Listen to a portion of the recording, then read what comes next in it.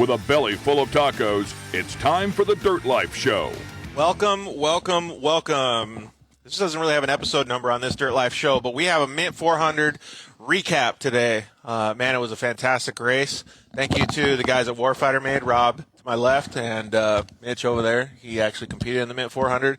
For letting us hang out of the shop, man. As you can see, Doom Buggy's behind us. You don't want to get stuck in front of that thing, man. There's no nerfing with that thing. There's other things. Oh, you got other problems if you got that behind you. Speaking of nerfing, yeah, there were some assholes in the Mint that nerfed Flyer 22 and Beefy. Those dickheads. Ooh, you don't nerf Beefy. You're not supposed to be nerfing vintage vehicles at all. Yeah, well, especially Beefy. That's a freaking Humvee, dude. But yeah, so we got a awesome Mint 400 recap for you guys tonight. We have tons and tons of stuff to talk about, so we're gonna try to speed through it as quickly as possible. You guys can throw us your questions, hang out with us, and man, it's just gonna be a good show. We're going to be talking with Warfighter guys here, talking about how Mitch did in his dirt bike ride, and all the other vehicles that participated. They had the whole military challenge. It was freaking awesome to see all those guys. We got Caden and Corbin Wells. Both are going to join us. Both did fantastic. 2 podiums, first and third in the normally aspirated UTV class. Blake Wilkie, dude, do I even need to introduce that guy? The class 11. We'll call him the leader because he's kind of bringing it back to life, right? Without a doubt, yeah. But, dude, those cars look so fun and gnarly at the same time. We're going to talk to Blake Wilkie. We're going to talk to Brandon Sims. He was also on the podium. Bob, what's up, buddy? Bob Bauer just commented in. He looks like he's cruising IG, and bang, we're there. So Bob and I didn't get to see each other's faces for, 25 hours straight all weekend. Bob was giving me the opportunity to come hang out on in the broadcast with him. So thank you very much, Bob, for doing all that. It was an awesome time. Vito Renullo, we're going to talk with him a little bit. He was also on the podium, had a good second place run at the Mint 400. He's super good dude. Caden Mack, that's going to be a really good one. I'm interested to see what if you guys haven't watched the Mint 400, you guys got to go back and watch this, dude. It was one of, if not the most insane races I've ever seen. I was just lucky to be a part of it. So you guys got to go check it out. And we're going to talk to Caden Mack a little bit about, I kind of want to know what he learned during the whole process of this race, because there was so much adversity that he had to face with his father and everything that was going on, and then coming out with the win and the drama in between. Win and drama. Yeah. Caden who he is and how much racing experience he already has. I mean, I know he's always soaking it up, and that kid's pretty on it. Dude, yeah, absolutely. So it'll be interesting to get his insight as to what's going on, even after the race. So, all right, let's just jump right in, dudes. First of all, thank you very much, Mitch, for joining us today. Yep, appreciate it. I know that you need some rest. did a long drive from Hesperia just to be here. Dude, okay, so just give us the lowdown of how you feel right now, and then we'll Tarantino and we'll go back and talk about the race. Really sore right now. To say the least. I got home about 8 last night. House is dusty because I live in Hesperia. Doors open for the dogs, and I said hi to the dogs, opened the stair gate, and went to bed. That was it? Yep. I pulled my truck to my front door of the house backwards for no one could take anything, and my good old boy Bob's watching it when I was sleeping. That's hilarious, man. Yeah, it tore me up. Dude, it was crazy. So what were some of the things that you faced on course? I know that you well, first let's recap here. So for those watching right now that can't see, Mitch is show the camera. A single leg amputee above the knee, which is pretty gnarly. Yeah, absolutely. He just turned 50 years old, and this is his first race on a dirt bike. And we built and gifted this bike for him in 2019. I don't know. You can kind of see it. Lean over a little bit, Mitch, so you can get out of the way of the camera. Like, you can kind of see the bike back there. What is it, an XR? So it's a Honda 450X. Oh, you got the Pingle shifter on there, too. Nope. That is a Clicktronic shifter? Which comes from over the pond. And compared to the one that you just mentioned, we think this one's far superior. It's cool. It's just a tighter mechanism. It's you press the button, it works, so on and so forth. Yeah, mine wasn't very reliable. And dude, I don't, you know, if you guys can see it, but that front number plate has got to be the most custom piece on the bike. You know what's funny is a Marine colonel made that. You know, he's just like, don't worry. It's just cardboard. He just throws a warfighter sticker on it and some black marker, and it's good to go. Yeah, the day prior, I was at Gonzo pitting for Warfighter Made, and oh, here we go. Yeah, exactly. Was Mitch helping Gonzo in the pits on Friday during the race? Yes. So then I texted Jody, hey, can you make a number plate for El Paso Tech again? And he said, yep. And I came back in the evening, and that's what I had, and that's what I kept, and it stayed there the whole race. That's awesome. So Mitch being a single leg amputee, above the knee single leg amputee. I'm not sure if he's the first one to ever do it, but anybody that has done it, it's gnarly, you know, because you're missing a knee. So everything is different. And Mitch wanted to do this, and you know, I'm not gonna lie, I was a little apprehensive. You know, kept jumping on him every once in a while and be like, bro, are you training? You just don't show up for the mint. And yeah. Dude, first of all, kudos to you for even like wanting to go there and then coming back and completing it. Like, I was thinking about it actually on the drive home, like the balance that is off when you do it. Like, so you're always leaning to the right. You know what I mean? So you're always leaning on the brake side. And then so now you have to shift your whole body over to put, like, let's just say 7 pounds more pressure on the left side with your shoulder and the higher center of gravity. I was like, dude, he had to do that for what, 8 hours or whatever the completion time was? Like, good God. It's pretty insane, dude. At the Gonzo pit coming in there, you guys know a guy named Troy Guard? No? Okay. The radiator was leaking, and filled it full of gas. I said, oh, it'll probably make it. We're good. It's only a tiny leak. And left out the gate. Had a riding partner, my Aussie riding partner, I called him. TJ Austin, who's a Marine vet. Yeah, TJ Austin. The whole race, we were right together. And his bike broke pretty quick into the race, and I stopped with him. And okay. I told him I wasn't leaving him until we get it fixed or until they tow his way. Then I would go about my business. And he was dead in the water? Like dead.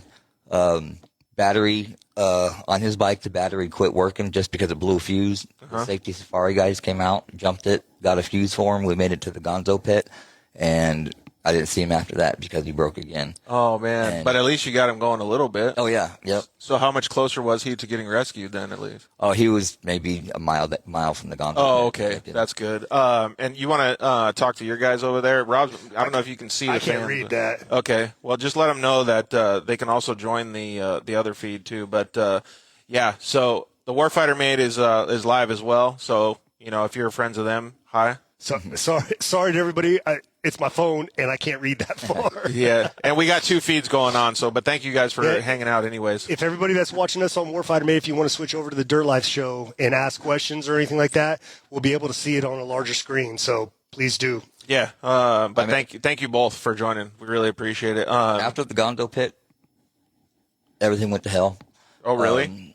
I crashed a million times, but everything started getting bent up. I started overheating heavily.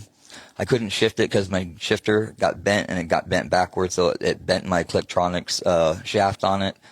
And front flat tire, and stuck in first gear. From a mile out of Gonzo pit, that's how I rode the rest of the race.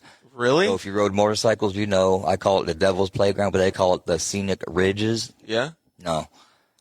My leg. And then I hit a Joshua tree, too, so that ripped the leg off. So one thing we got to talk about is when you showed back up, the leg was strapped to the back of the bike with zip ties. It was. My socket was on the back. My knee and my prosthetic foot were taken apart, and I took that apart in one of the ridges down there in the gullies, put it in my pack, and then strapped that thing to my bike and kept going. Thank you to Dirt Life Media for sending over this picture of Beefy over here. I don't know if you guys can see it. It's a little blurry, but there was a lot more stuff going on with the Warfighter crew, dude. Let's finish up your race a little bit, and then we'll talk about that, too. Well, let me throw out there, too, you know, so halfway through the or at the beginning of the race, we get a text, hey, my Aussie riding buddy is dead in the water.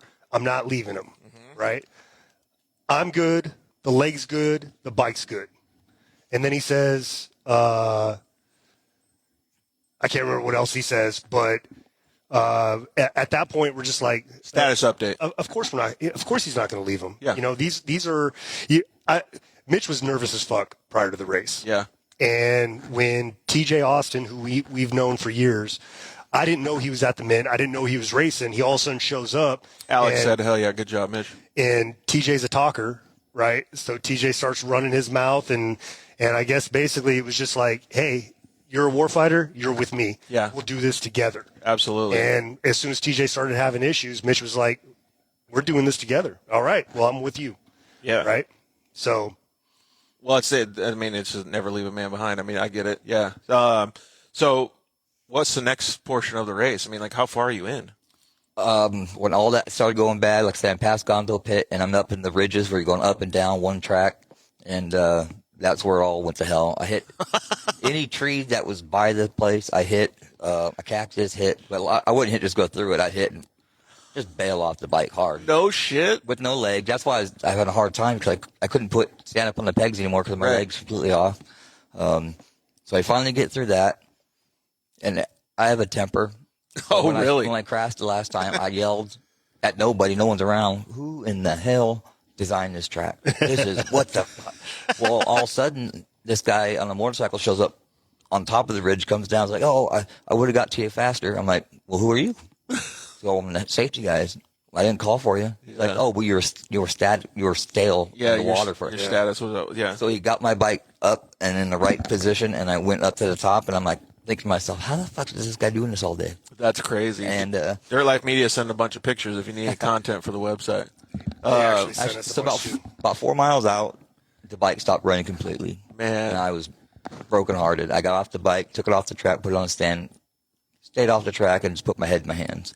They came up again. At this point, we get a text that says, I called, Mitch's bike is overheated. It's seized. He's done. We're initiating recovery. So, of course, all of us back in the pit or back in the VIP lounge, we're just like, damn it, so close. And then the next text we get is, it cooled down. He got it running again. Nice. So now we're all freaking pumped again. Invigorated, yep. Ate shit again because the tire is gone. Still wouldn't start. They came up again. They're going to, you know what, we're going to bump start. I'm like, I've never heard of anybody bump starting a 454 stroke. Yeah. They got 3 big dudes out there, and they did it. Nice. Just by pushing it. He got it running, good to go, and he fell over. Oh, shit. I didn't have a foot peg for him to put his foot on. So, well, it was on the pipe side, but he got it up, got the bike to me, and I went, and it stopped again. Dude. Shit. So the guy that was at the in the middle of nowhere. We only have 2 minutes, so we got to hurry. Guys that in the middle of nowhere just shows up again. I'm like, hey. So he put my fuel tank on reserve and started up, and it made it all the way back. Dude, and what made me happy and tears eyes when I come into the pits, everybody who didn't know me or knew me got out of their chairs. Hell yeah, good job.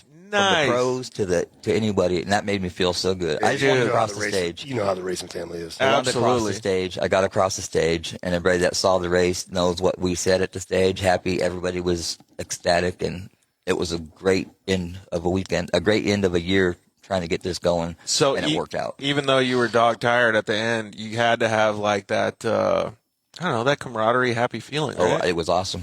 A little adrenaline boost to walk across the stage. Yeah, no shit, right? It was good. It was good. And then we're going back in March. Look who the milkman just joined us. Oh, the milkman. Yeah, you know who Lachero is? I do. Yeah. We met him at Rob's shop. Yep. Hey, milkman, I'm coming over there and giving you a bunch of Warfighter Made stickers, and Rob said he's going to run them on his truck. There you go. He said you'd probably get mad, but you won't. You definitely won't, man. Thanks for joining us, Lachero. It looks like a whole bunch of people are joining. Holden, what's up, dude? Good job over there. Carson Wernemont, dude, you killed it as well. Mike Gardner, what's up, buddy? Thank you guys all for hanging out. Blake Wilkie is going to come on the show, and Caden Wells and Corbin Wells, I think, are the next guests, and then Wilkie will be after him. But we're waiting for those guys to join. Hey, we finished first and second in the vintage military class. Yeah, so that's what I was going to say. I just want to throw that out, first and second. Let's just go as fast as we can and talk about that. Flyer 22, our vintage light strike vehicle, the defending vintage military champ. It finished first. Beefy finished right behind it within seconds. Yeah, I saw that. Boom. So rad. None of the modern military vehicles finished, which You just like the legacy ones? Well, you know the Air Force PJ showed up in that Ultra 4 rock bouncer looking thing, and I never would have approved that because it was a one-off deal, Right. And but I was talking to some of the SF guys, and I was like, "Come on, man, it's the PJs. You know what they're going to do? Yep. They're going to go out there looking cool, and they're going to wad that thing up, or they're going to break it right off the bat." And apparently, the SF guys did the exact same thing. They were in those Hilux Toyota Land Cruisers, and You still can't beat the Beefy, man, or Flyer 22. You can't. Desert Squadron said, Mitch, already had a ton of respect for you, but, man, you are on the hero list now. Thank you. Yeah, I keep Appreciate hearing it. that a lot. Way to go, Mitch. True fighter. Santa Silence is America. Yeah, dude, you really killed it, man. So great job. I saw Rusty throw out a warfighter out there. Yeah, a few other comments came in. Lucretia said hi a little bit ago. O-Ring joined. Yeah, so I also saw, I didn't see, the comment already went away, but yeah, we're not on Facebook and YouTube today. I'll post it up on Facebook and YouTube a little bit later, the same feed, but just stay on here on Instagram, man. There's way more people on Instagram these days. Yeah. I guess motorsports is just Instagram friendly these days. I guess so. All right, so what was some of the adversity that those guys faced in the vintage military vehicles? So we had Amber, a Navy corpsman vet. She jumped in and she was going to drive a leg, and then at some point it started to get a little dark out there, and she's like, "I can't drive at night. I got the night blindness." So then Alex, who was the team captain who started the first lap, he ended up staying in there driving. Well, Alex is combat wounded, Purple Heart recipient. He's got issues with his hands, and he was just like, "Man, the course is so brutal. I'm starting to lose feeling in my hands." Really? So then we, Joe Contreras, Giuseppe, jumped out of 22. He did a lap, jumped out of 22, and then we rushed him up to Gonzo, and he jumped into the Beefy with Alex just to support and be prepared to slide over. But Alex ended up sticking with it, and then they gave probably about 30 miles to the finish line. They called in and said, "Hey, we're almost out of fuel." Oh, really? And I was like, "Don't worry about it. The lowest bidder created that sending unit. So, plenty of fuel. Just keep going." Right on. Hey, so look who we got on with us. Looks like Corbin and Caden Wells. What's up, boys? What's up?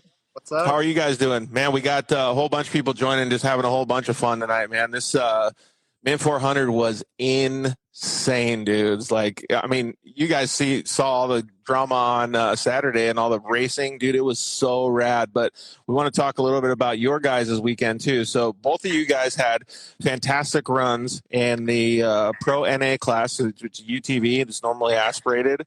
Give us a little bit of background on what vehicles you're driving, and then we'll jump into your guys' race. You want me to start or Corbin? How about you start, Caden? I was in our new build that we ran at the 1,000, and It's a 4-seat chassis, right? yeah, 4-seat chassis, and both our cars are actually 64-inch length or wheelbase, but yeah. Both of them look like they were fresh, dude. They look like brand new. Yeah, they were pretty fresh going into that race. And which one did you drive, Corbin? I was in the 1895 car, the cream 2-seat one. It's, let's see, I think that was a mid-2019 build, also a 64-inch width base car. Yeah, both those cars look like they handle so well. Actually, I got a funny story for Corbin. And Caden actually saw this too. We're going through tech, and Corbin's car is looking all good. Caden, everybody loves Caden. So they're standing on Corbin's front of his Razor to get pictures of his brother's Razor. So they're using it as a booth, like a photo booth thing, just to get pictures of Caden's car, man. Oh, that was hilarious, but it was so funny to see your girlfriend or your whoever it was that was with you. She's like, "What?" Because everybody kept asking her, "Can I stand on the tire?" Yeah. She's like, "People keep using your car to take pictures." I was like, "I don't know what that means." But It means you're getting all kinds of good luck. Let's just say that, right? All right, so take us a little bit of the way through the race. Did you guys start near each other? I think we had one row in between us. yeah, Okay. it was one row, so like 2 minutes or something like that. So, Caden, you started first? I started behind him. Oh, okay. So that the plot thickens here. The plot thickens. So since you started behind him, what was the goal? Was it just to pass the bro? Yeah, kind of. That's always the goal. Hey, look, we already got an FU to me right here. Hi, Mark. Utah says the Mint 400 commentators should have covered the stage live on the bikes and the 1900 classes. Hey, man, there's so many people out there, dude. The time is what it is. There's so much stuff that we have to cover. Hey, real quick, too, everybody who's on Warfighter Made Instagram Live, if you want to hear the callers that are calling in, switch over to the Dirt Life Show. So Instagram Dirt Life Show. So it sounded like your guys' race was, I don't know, from the announcer stand or from the commentary booth, it was pretty smooth, but maybe take us through a little bit of the stuff that we didn't see, Caden, that happened with you. We ran lap 1 a pretty solid pace. I think like half the class probably got lost on like mile 7 or 8 or something. So I think at pit 1 it was Corbin was first on road, and then Carson was second, and I was behind them. And we all three kind of just were running at a pretty solid pace. I think Carson ended up leading through lap 1, and then I got around Corbin too, and then going on lap 2 I was able to get around Carson. And does that mean that you had some issues, Corbin?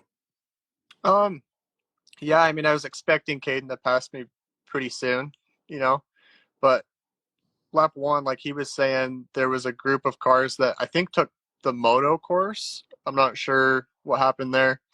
Oh, they got diverted on the wrong portion of the track? Yeah, and a bunch of them followed the dude that, I don't know who was the first one off, but I know that the first couple people in our class ended up going with them because, yeah, like Caden said, when we came through pit 1, or maybe it was 2, when we came through 2, we were like, all right, how are we sitting on position?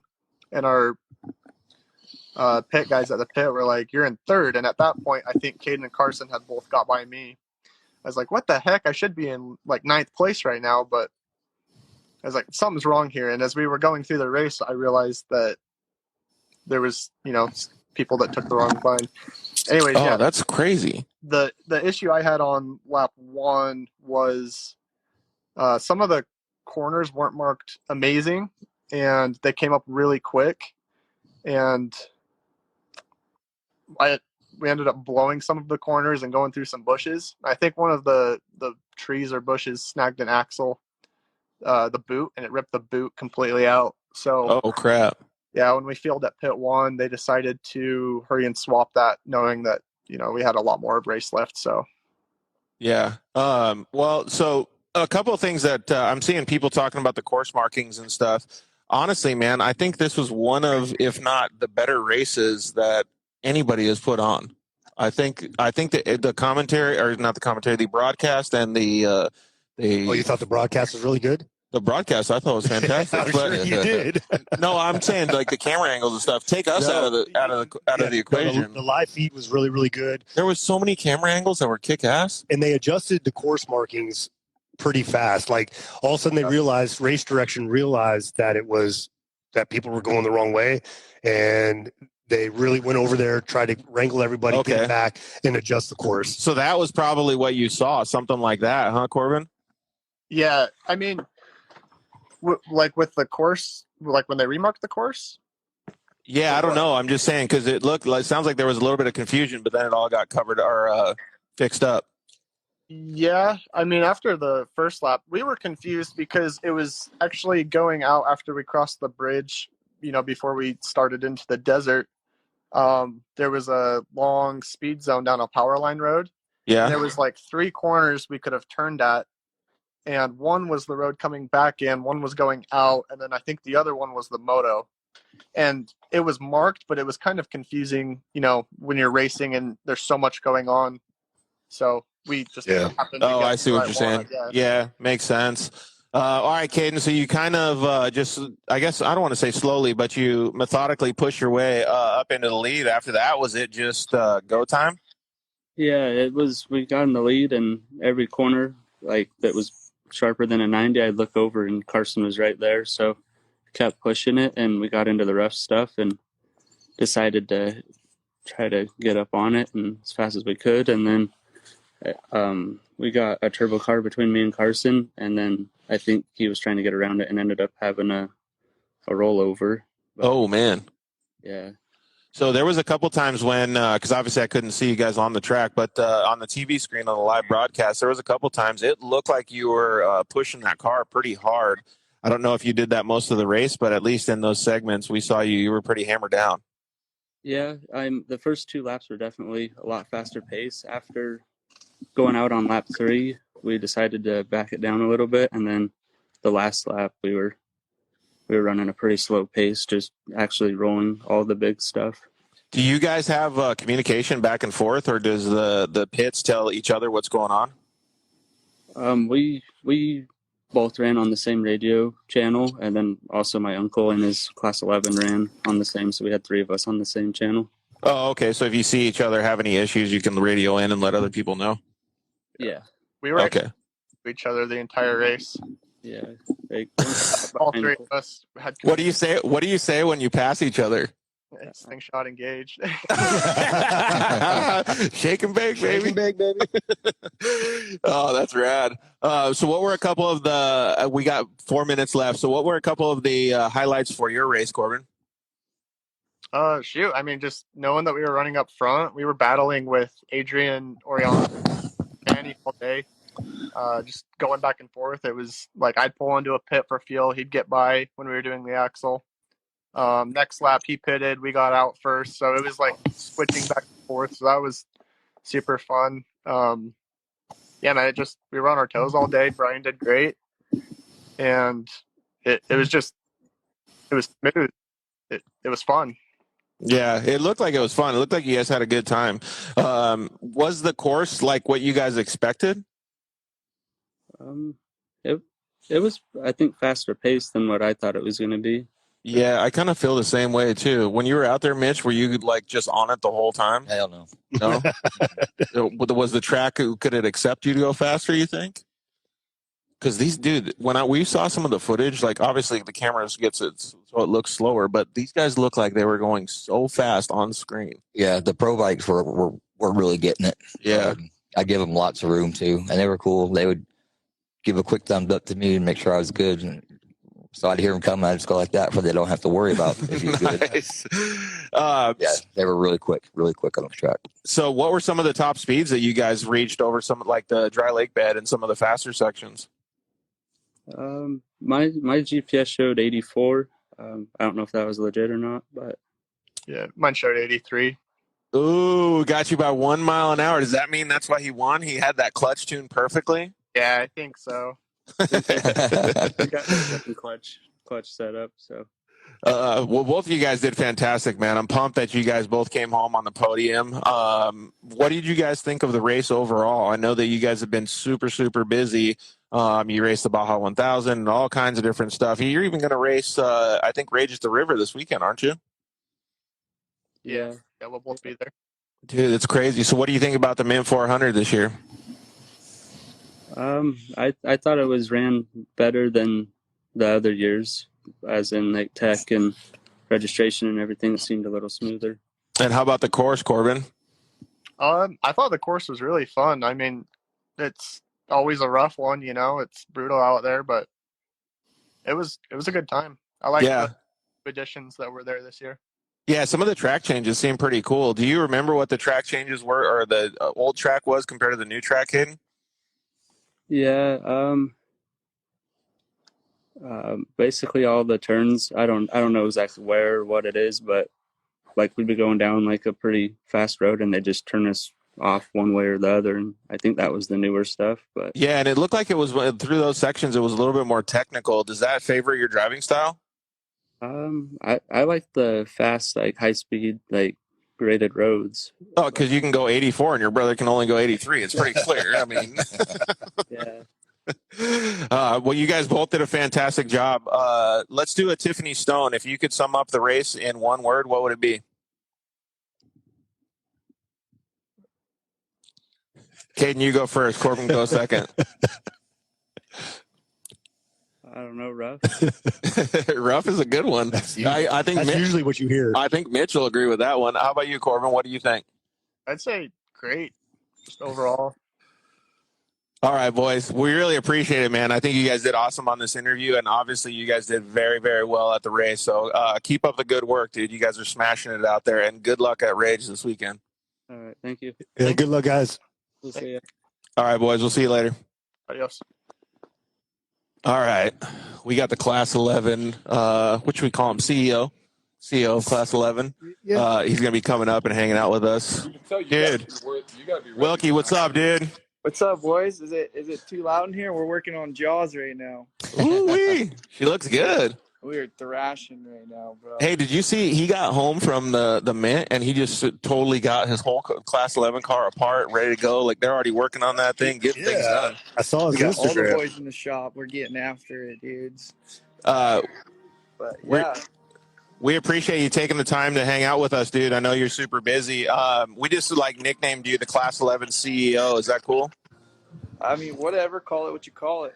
We're going to call you the mayor of Class 11. Yeah, the mayor of Class 11. There you go. That's a good one. So let's go back a little bit and just kind of talk about you guys getting ready for the Mint 400 and then you just the vibe going in. Yeah, dude. Getting ready for the Mint 400. We just came off former Class 11 championship. Went through transmission, CVs, ball joints, and stuff like that. Just because we knew the Mint was going to be brutal, it always is. So we just went through and freshened the car up in hopes that it'd be ready for 2022 after that as well. However, that was not the case.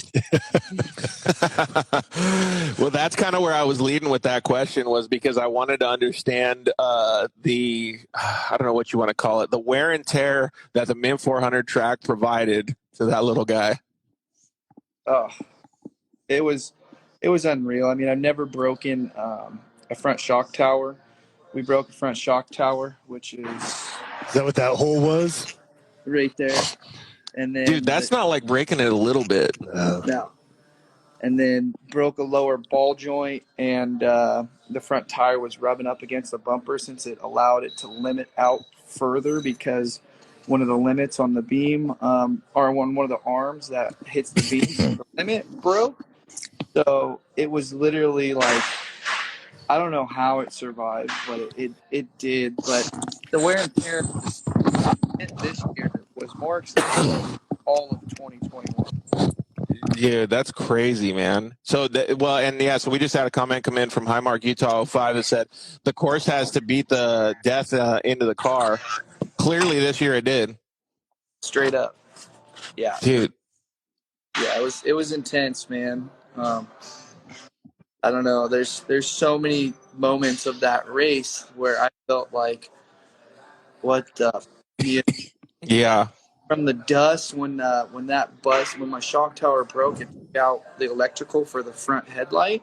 So my rigid pods up in the corner, and those were shining like, because the front lights, they were down low, they cut through much better, but the ones up top were white out. I was going through the quarry driving with like 5 foot of visibility max. I blasted through a huge trash pile. And like the silt and stuff, if I got passed by like a razor coming into some of the silt and stuff, dude. Hey, do you think you could go back a little bit more towards wherever the Wi-Fi is? Because it's breaking up a little bit. Better? Yeah, just getting maybe a better spot where it's not where you got a little bit better internet. Dude, it looked gnarly. We had a comment come in that said there was some of those whoops that could just swallow the bug. Oh, yeah. Yeah. I mean, that course has just been beaten on for years and on end now. And there's definitely a couple times where in these Class 11s, I mean, you come into like a smooth straightaway section, and it dives back into like an older race course section where you're doing 50, 60 miles an hour. And then all of a sudden there's 4 foot deep holes where you hit the first one and kind of like launch into the second one and then catapult off of that sky high, tail, nose 4 times, feeling like you're just on a roller coaster ride, praying for the best, knowing that, you know, you're not on tracks. That sounds to me like a loose way of doing like a supercross rhythm where you're trying to like bang through it, right? Well, Yeah, I believe Dusty Summit has a sequence shot that I've been waiting to share, where he thought we were dead coming into one of those sections specifically, and he was so excited to run over to me and say, "I'm so glad you kept going because I thought you guys were dead." Hey, Blake, everyone's asking right now, so what's it like running the Mint in an 11? Hey, before you answer that question, though, I want to commend you, dude, because the Class 11 stuff was stacked. Like, there was so many new drivers and so many guys out there in bugs. Like, how pumped were you guys? Because I was so fired up to see all those dudes in tech. Yeah, absolutely. It's the people's class, especially if you go down to Baja. We raced an 11 in the Nora in 19, and everybody loves the bug. Everybody loves the Class 11. Dude, 100%. I mean, it's just the nostalgic, the history of Baja, you know. I mean, before people were building full, tube chassis cars, they were just taking this platform and making these modifications and learning. And I think a lot of the history of Baja came from, using beam front ends, IRS Baja bug components. So Bruce in Myers in the Mexico, Manx. Yep. yeah, in Mexico, that's like a huge thing, especially, and it kind of, obviously the two kind of rub off on each other since we're bordering countries, and it's just awesome to kind of take it back to the roots of off-road as we're trying to elevate our program beyond that. But I honestly probably think the Class 11 stuff is going to be more fun than the TT stuff, because I know if I go and treat the TT like I treated the Class 11 out there, and it comes back to the shop looking like that, I'm going to be like, just bury me. Right. Yeah, it's going to be an expensive fix. Yeah, exactly. That is actually a really good point to bring up, though. So to go on and I guess answer Rob's question, I think it would be cool if we could generalize it a little bit more, that same question. Like, what was the vibe in all the guys that come out of the Class 11 to understand, like, how everybody felt after the race? I mean, after the race, there was that bottleneck and all that stuff. So, I mean, even after the race, we all know, like, hey, we're kind of a tight community. We all usually pit right next to each other, close to each other, share spare parts, help each other if we're having issues with, the Slettons. They're kind of really rooted 3 generations deep, so they always bring spare parts. They have an awesome team of guys, and there's not one other Class 11 that they won't help out there, which is hard to say amongst other classes. And I've seen that from the day one, from the beginning, when I wanted to build one, them reach out to me saying, let us help you. We got a lot of tips and secrets. And I asked them if I could share some of that stuff on our YouTube build channel with Shreddy Life when I built the Slug Shark. And they said, go for it. We want more people to get involved. I mean, it takes a lot of experience to know all the ins and outs, but if you can showcase the majority of them to get people to where they're competitive and or help each other out, that's what we're after. It's better for everyone. Yeah, 100%. Yeah, to where people can go out there and finish, and we can get the car count up. And like, they build my racing engine, and they built 3 of the 4 cars that finished engines, and then some. And that family just did a lot for me, which in turn did a lot for the class, and they're still continuing to do so. That's Dude, awesome. That's rad.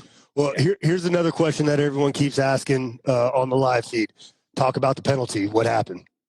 So 42, I guess, I forget his name, but he's a volunteer out there that helps.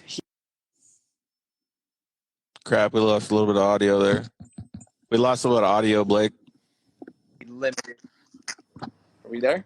Yeah, we lost a little bit of audio. Yeah, we didn't hear we didn't hear any of that. Start over again. Sorry, my girl was calling. Start over again. Basically, at mile 42, there was that sandy, gnarly hill, right? That none of the limited cars made it up. There was about, I would say, 30 people stuck there when I pulled up. I tried to go up the right side because it looked like it maybe was a little bit more hard packed. Didn't work. Got stuck. Kevin had to get out, push me backwards because I didn't want to bury myself like a majority of the people were, because I've been going to Glamis my entire life, and once you're deep, you're deep. You're digging. So got flipped around, tried to go up the middle, knew it wasn't going to happen, tried to go up the right through all the rock and stuff, But the first time when I got stuck and saw the debauchery going on there, I tried to text Matt Martelli and call him and saying like, hey, at 42, this sandy uphill, there's a lot of people stuck here with no support. So that didn't go through. I saw that it didn't go through. So I was like, shoot, tried the middle, tried the right, tried to crawl up like the basketball sized rocks to find traction where there was no traction since it was so sandy. Didn't make it up, got stuck, helped like 6 or 7 other cars get unstuck for them to come and help pick up the front of my car to turn it around to point it downhill. Got to the bottom. I was rapping with a couple of the other Class 11s and said, I'm going to bypass this and try and go up the backside of the mountain to pick up the trail on top of the mountain. When I went around the mountain, I was kind of hugging it. There was a road that dove right, but I went and tried to scale up this mountain, hit a bunch of freaking rain ruts and stuff. Almost got stuck there where there was going to be nobody. And then as soon as I found a trail, we started going up it, and Kevin reset the lead nav GPS, and we were actually on the course going backward. So we turned around immediately, only went like, I was like, this looks like a definitive fresh line. Turned around and ended up popping back on the course, probably cut, I think, 1.5 miles, 2 miles. Tried to do the right thing, knew I wasn't going to sit there after spending $1,200 on an entry fee, sit there for freaking an hour hoping that somebody might have shown up to tug me up this, and just told the other dudes I'm going this route. I think that's fair if we all take it. But a couple of the other guys that were still stuck, they didn't take that route because they were stuck, and then support showed up, dragged them up the hill, and they didn't get a penalty, but I did, and I'll take it because I've seen people get DQ'd for less, you know. And Well, super fair. Did the penalty come from bypassing the obstacle or for being backwards on the course? I think it was. Yeah, I think it was bypassing the obstacle. Okay. But yeah, I mean, like, that's good that he's being, okay with it, and allowing and understanding the way that the race organization works. I mean, when you're in situations like that, though, and this wasn't the only call that the Martellis and all the organization had to do throughout the weekend. There was tons of them. Right. But you try to be as fair as possible. And I know that Blake was saying earlier today, he was telling me that after that, they just let them bypass. Like, they just had to do it, right? But you're in the mix. Like, how do you fix that right when you're doing it? I mean, it's just impossible, right? Yeah, it's a call you got to make. And like Blake made the call, and he's like, hey, I'm cool with the penalty because I made a call. It's every action has a reaction, and my hat's off to you, Blake, for standing up for what you did and accepting the penalty. Yeah, well, and the thing that I like better about it is he's not bitching, but he's like literally trying to get everybody on board to make it safer for everybody else. Right. Yeah. Like, he's like, hey, all of us are going to be jacked if we go this one way. Let's all be better off if we go this way. Yeah. So that's pretty cool. I think that's a lot to be said for that. And also, I mean, like, I've got a whole new level of respect for all those Class 11 dudes. Somebody had made a post that said Blake Wilkie went farther up that sand hill in second gear, frying his clutch, than some of the 800 horsepower trick trucks. Just smoking it? Yeah. Oh, man. That's crazy. I thought that was pretty funny. How would you feel about going in a Class 11 compared to the dirt bike, Mitch? I don't know. It looks brutal. Well, I mean, my back would probably not get out of the car. What I always tell people about the Class 11, though, is your speed's relative to the travel that you have. Right. Like I said, we've raced an 11. It was in Nora, Baja, so, I mean, it wasn't gnarly rough like the Mint is. But, you're not trying to freaking – get on top of the whoops. You're not doing 140 miles an hour like a trophy truck, right? So it's relative. But, I mean, there still are some hard things to go through. Yeah, I can believe that for sure. If they ended up changing the course, why did he get a penalty? Because when stuff like that happens and the other drivers aren't communicated properly, then they can't have that same, I don't want to call it an advantage, but they can't have that same information to be able to make the race fair for everybody. So let's see if we can get Blake back on here. But yeah, so I mean, it just is what it is, dude. It's desert racing. I mean, like, you thank God for all of the technology that we do have now, because otherwise we'd just be out there. So, and we were just talking about how awesome it was that you were considering everybody else's race and stuff, trying to get everybody on the safest line, dude. So, kudos to you. I mean, like, desert racing is gnarly. Sometimes the organization has got to make calls, and it's awesome that you're accepting what happened. It is what it is. I mean, I got after, helping a handful of the other racers. I kind of just said, I'm going this route. I know that the timeline that we had to finish 3 laps this year was going to be super tight. So I was like, this is a race against the clock now to get across the finish line. Not so much, because there's 3 parts of off-road racing. You got to race against yourself, you got to race against your competitors, and you got to race against the course and the time allowed. Yep. So I just didn't know if we were going to be able to pull it off if we didn't do that, and I didn't know how long I was going to sit there for. Yeah, exactly. All right, so let's jump past that question. Thank you very much for answering it for all of the fans. The vibe in Class 11, dude, it seems like every time I see you, it just keeps elevating. So give us a little bit of an understanding of how stoked everybody was while you guys were there. I mean, anyone from old to young, playing slug bug growing up and just seeing clean Baja bugs in California or street cruisers, lower bugs. It's just they're more apparent. They're more in the everyday life. So like bugs put a smile on people's faces, and they're raw, they're rugged, they're not the cleanest after a few races. They're beat up, so they have so much character to them. Where you can see, 1,000 stitch welds on my fenders and whatnot. And it just, the vibe is so high because we're all excited. A lot of the dudes maybe never thought they'd be in a race car, but they were able to jump on this platform that doesn't cost $1 million. It's super affordable with, cheap empty parts that are proven, obviously. And it's all smiles, man. I mean, people that haven't finished a race yet, that have new cars and they've battled a few race elements, they're still eager to get out there just to get a finish and or better themselves. And I mean, the competition's definitely stacking up because there's a lot of bigger names and people that have been rooted in this forever that are coming back to it because they want to kick my ass and whatnot. Yeah. And it's just cool. And it's like I answer questions about Baja Bugs every day. Class 11 dudes, Ray Watson, I helped him with a ton of parts and questions and answers for a few months while he was coming to the final line. But he was out there. His team was super stoked and appreciative. And it's like, whatever you need, we got you. Whether it's me or Class 11, it's just the vibe is unlike any other class. All the other classes are there for like cutthroat. Dude, yeah, exactly. Throw a shout out to your boy here. Yeah, I don't know who that is.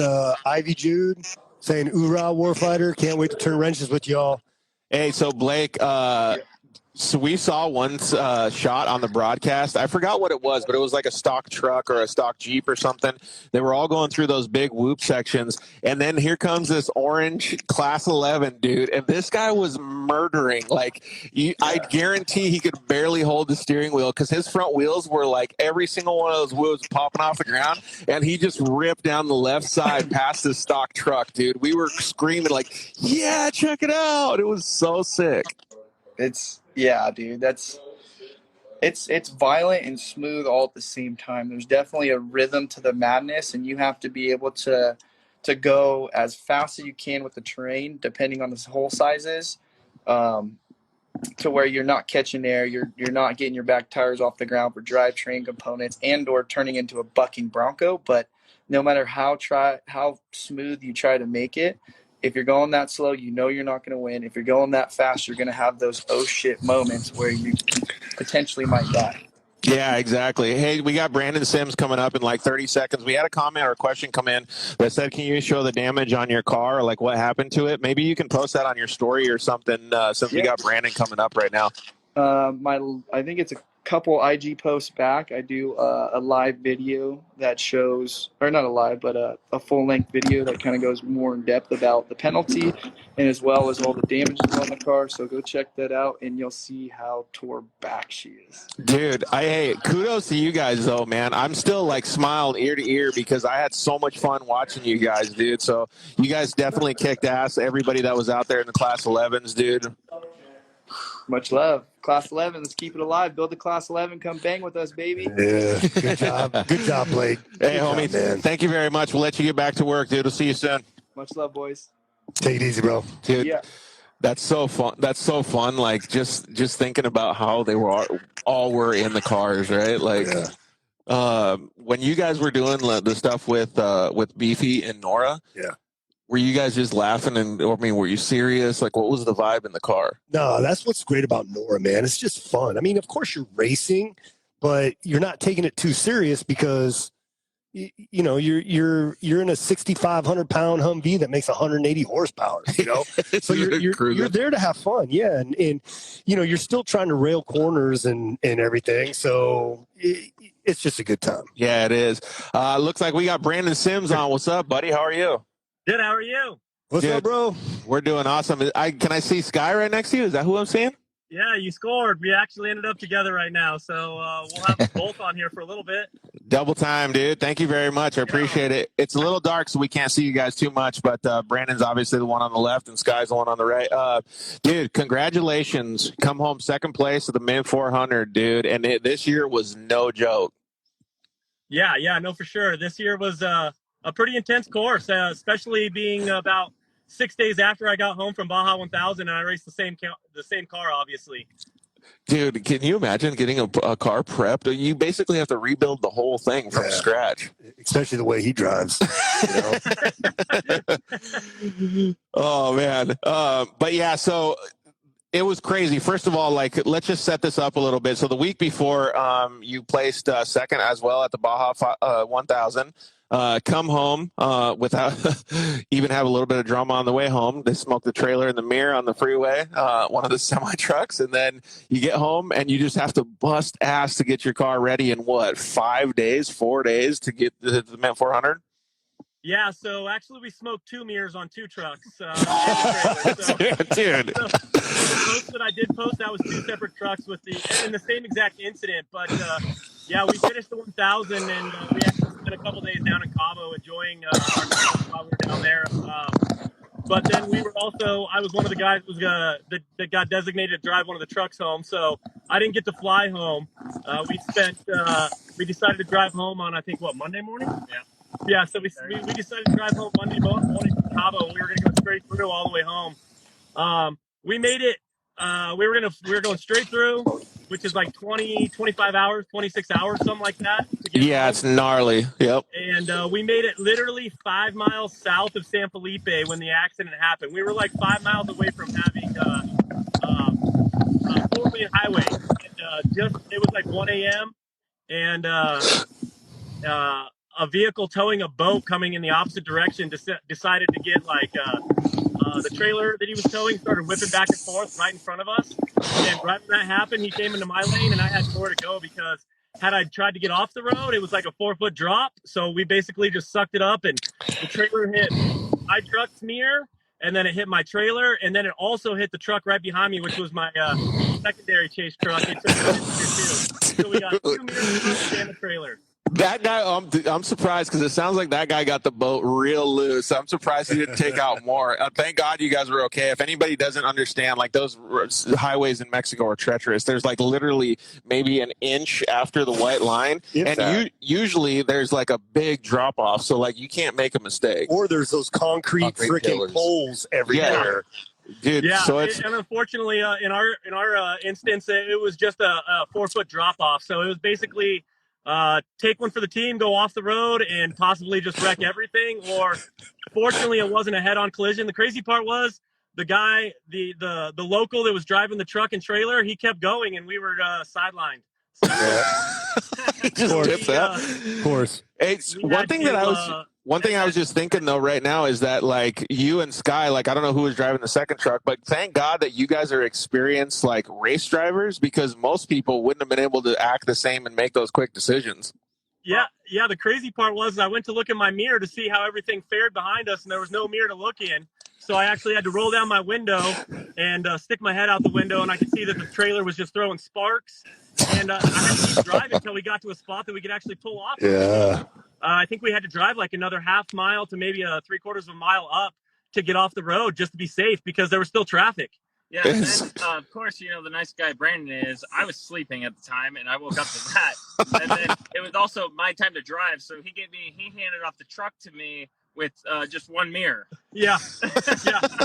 And only and three tires on the trailer and one, and then we took a ratchet strap and ratchet strapped the other axle up. It was pretty wild. Hey, Sky, we all know the truth. Brandon was sleeping too. No, I was on my phone. Yeah, just as good. Yeah, so dude, high drama in Mexico. But so you come home, dude, you just bust ass to get this thing ready. You got your car pretty much fully brand new. By the time you had to leave to go to the Mint 400, show up with some confidence, huh?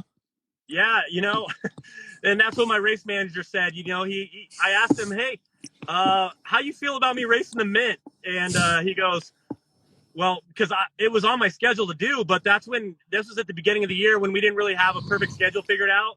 And so we went and did the 1000. And then I texted my race manager. I'm like, hey, how do you feel if, I don't go to the Mint, And he goes, I need you there. I'm like, okay.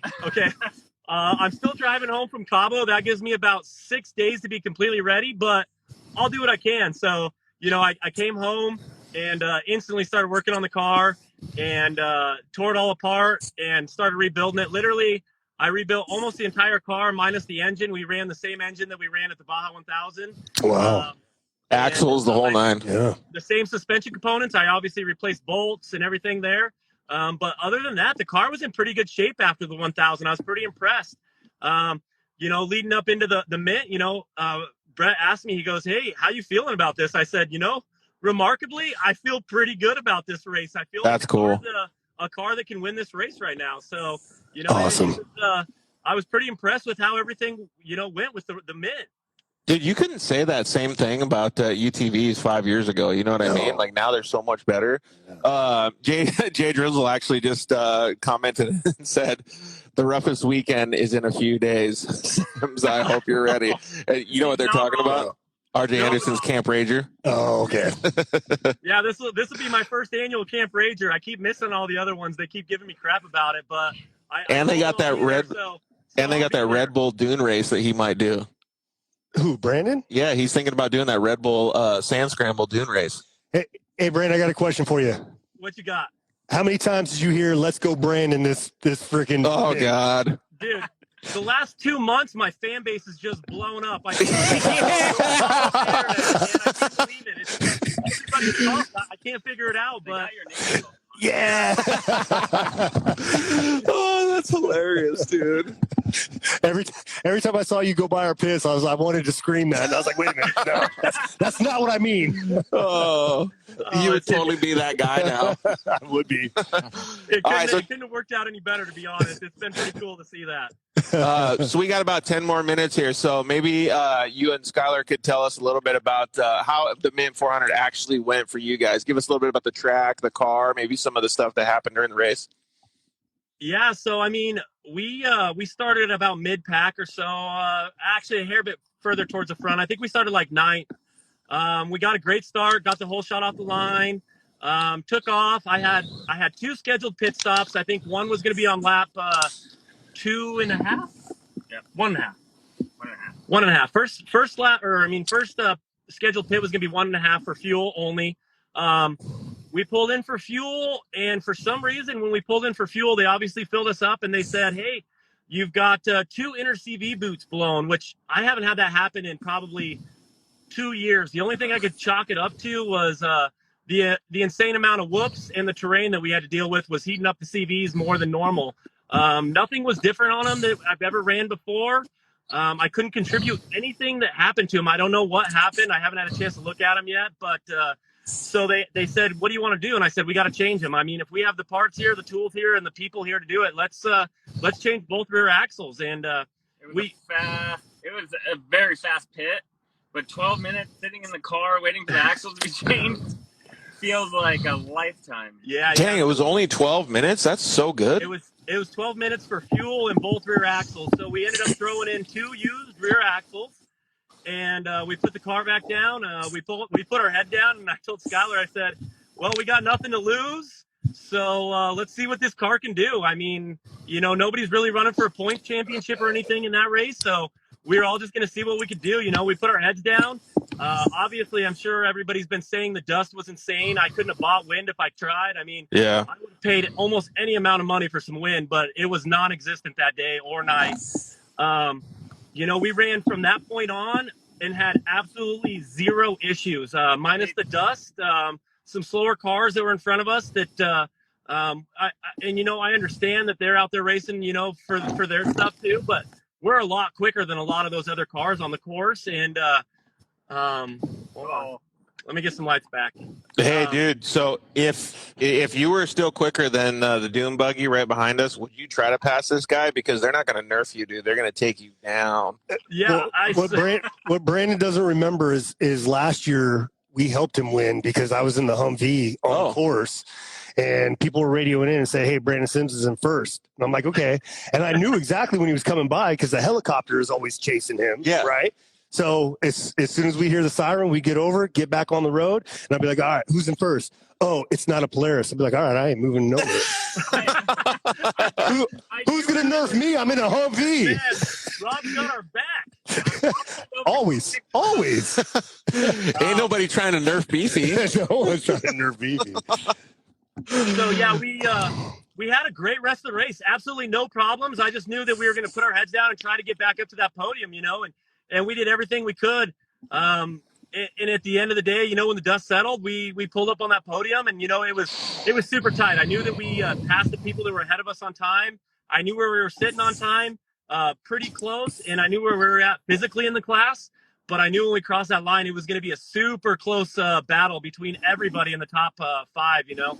Yeah, Christian Serapis just actually joined. Yes, he was one of those in that battle. Yeah, he was. And, you know, I did run him down at the end. I know he was having some issues, and I know he was just trying to nurse it to the finish because lots of times you can nurse it to the finish and get that, you know, get that podium or whatever it may be. And you know, the dust that they were creating, I know he was following a truck and he was kind of paired up with him trying to make it to the finish line because he was following him. And, you know, we got around him, and at the very end, he came up and said, "Thanks for not nerfing us or anything," because, you know, emotion takes over a lot when you're in that position. And it's really, really hard not to let emotion take advantage of the situation. And, you know, that entire day, I didn't have to nerf one person. You know, most of the teams were pretty good about getting out of the way. They made some sketchy passes, though. We did make some sketchy passes, and we took some lines towards the end that there was this one line right before the Fox Proving Ground. I mean, kill me. Man, I took this right line that we didn't try yet, and we were. That was the one where you were riding the crown or whatever? No, this one I don't think anybody got to see. I wish they would have, or there was some sort of video, but it was the closest I've ever been to wadding up the car.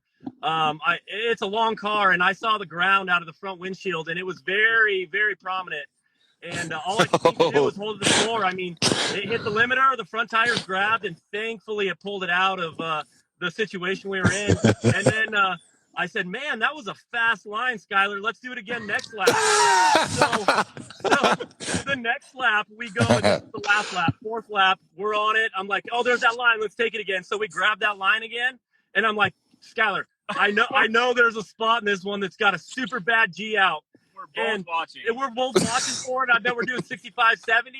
Oh, and then too late. Here's that G out. We do the exact same thing. Ride it on the nose, and I'm like, holy cow. We barely saved it again. It was wild.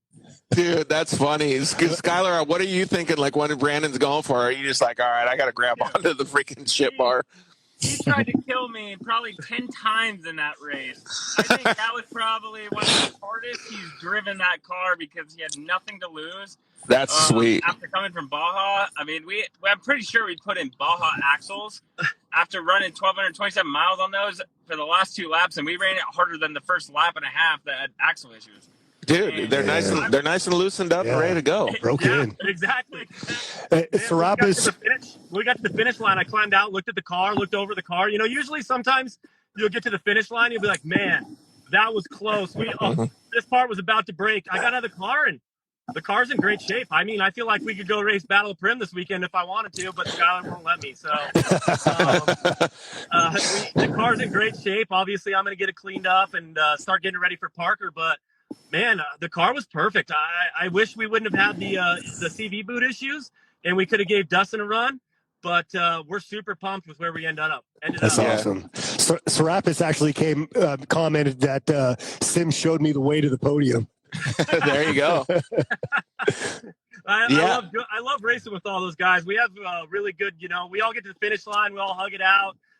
We all, everybody that we race with, everybody just gets along so well. Whether it's, even other manufacturers, even Dustin, we all are, I talk to Dustin, quite often over phone, and all these guys, we all just get along really good. We're friends off the track, but when we get on the course, it's all about business. Yeah, 100%, dude. So I actually walked to the podium after we were done with the broadcast, and I went down and talked with Dustin and Nito and Brandon, and got some pictures and stuff. I got to actually check out Brandon's car while he wasn't looking. I jiggled the axles real quick. Everything was fine.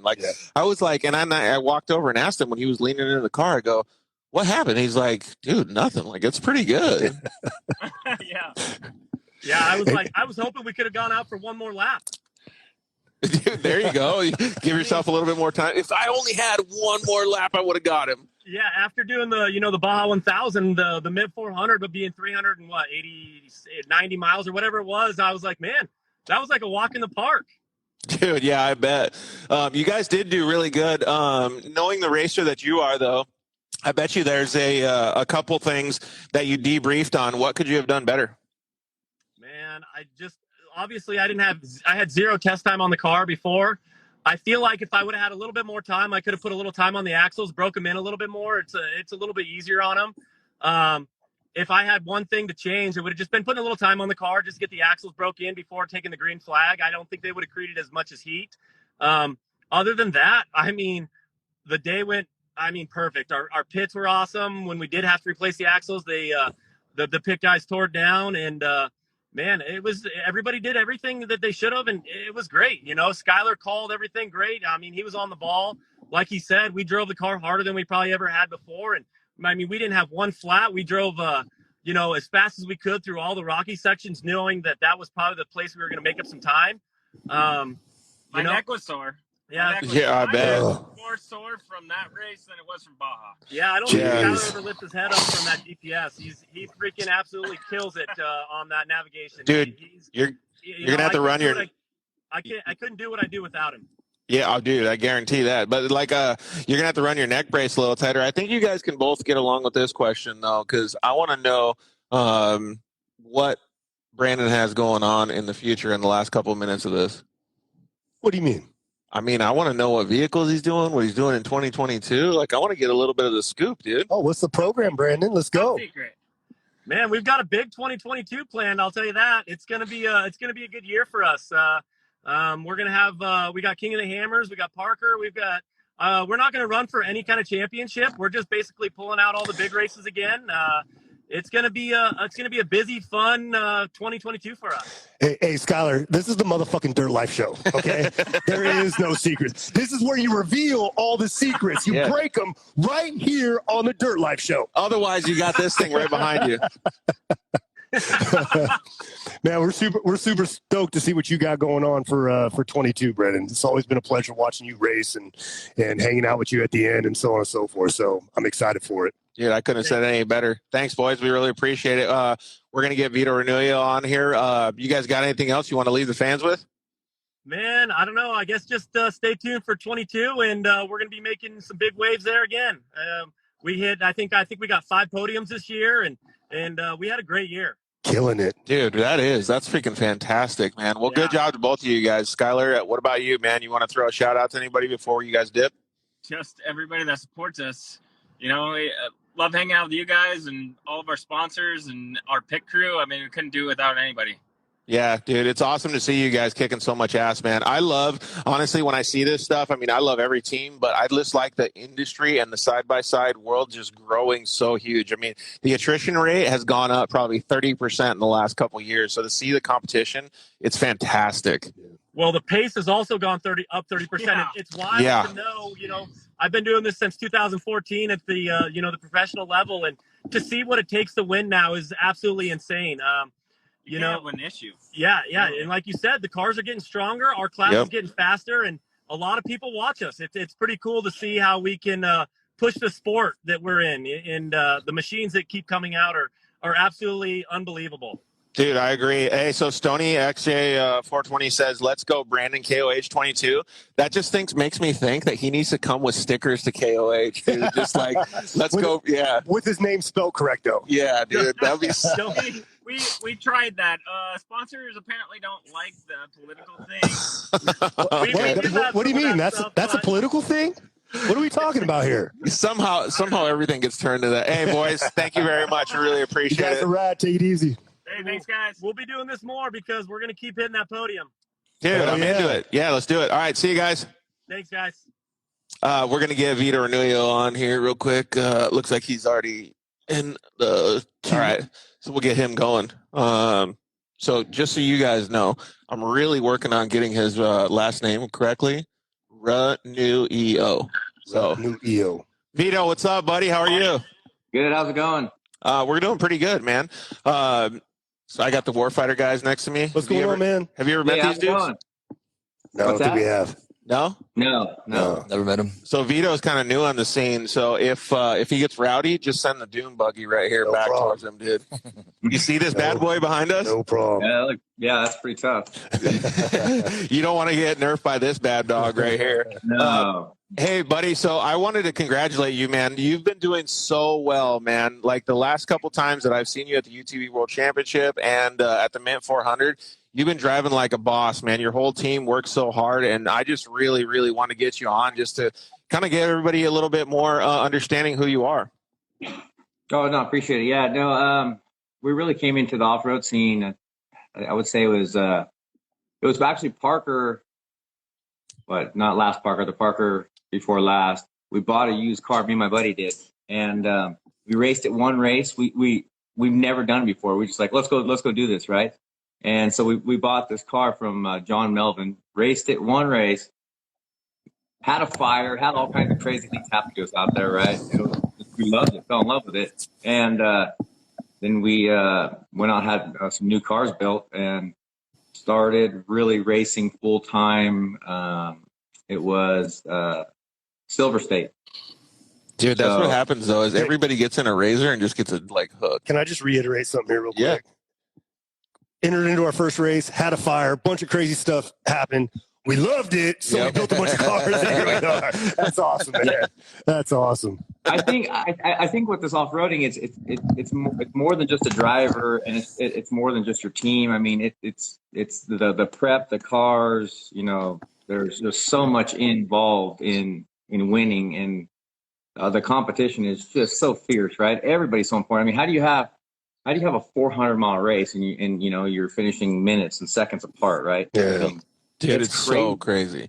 Yeah, and we can talk about that a little bit too, because like when we were doing the broadcast, we were watching all the split times. Everything was so close the whole race. It's not like people were like really, rubber banding back and forth and like leapfrogging and stuff. It was just so close the whole time. Like we were basically sitting up there and like we'd go off air and be like, when is the next dude going to break? Like, when's the car not going to finish? Like, when are these guys going to pass? And then all of a sudden, like, you get to the end and everybody is like seconds apart. It was freaking intense. Gnarly. Yeah, it was super close. And man, that race was brutal. You know, everyone talked about the dust and the dust, that like Brandon said, I mean, man, if we could have bought a little bit of wind, that would have been awesome on that, third and fourth lap, especially the fourth lap when that moisture set in. I mean, it's just like, it was like driving through the clouds the whole race. Oh yeah, because Ricky Johnson was telling me that when the moisture does that, it like locks the dust into the first 20 feet in the ground or something. Like it just sits right there, dude. That's crazy. I was coming across the lake bed, and we knew that Dustin Jones was right there on us, and man, we were pushing probably, I would say, at least 100, 101. Right, we couldn't see nothing. I was just like, well, let's just throw it out there, right? And Jesus, take the wheel. Yeah, I know. Yeah, that's all I was. And I was trying to swing way wide, right? Trying to find clean air on the lake bed. I couldn't find clean air. No, I mean, there was never one bit of clean air. I mean, it was crazy. And that lake bed is what, a mile wide? Hey, so Lindsay Geyser just jumped on. Hey, Lindsay, thank you very much for the Evo gear. I really appreciate it. All the guys on the top 3 on the podium, when we took a picture, all of them had Evo, dude. Nice. Including Vito. Yes. Yes. Yes.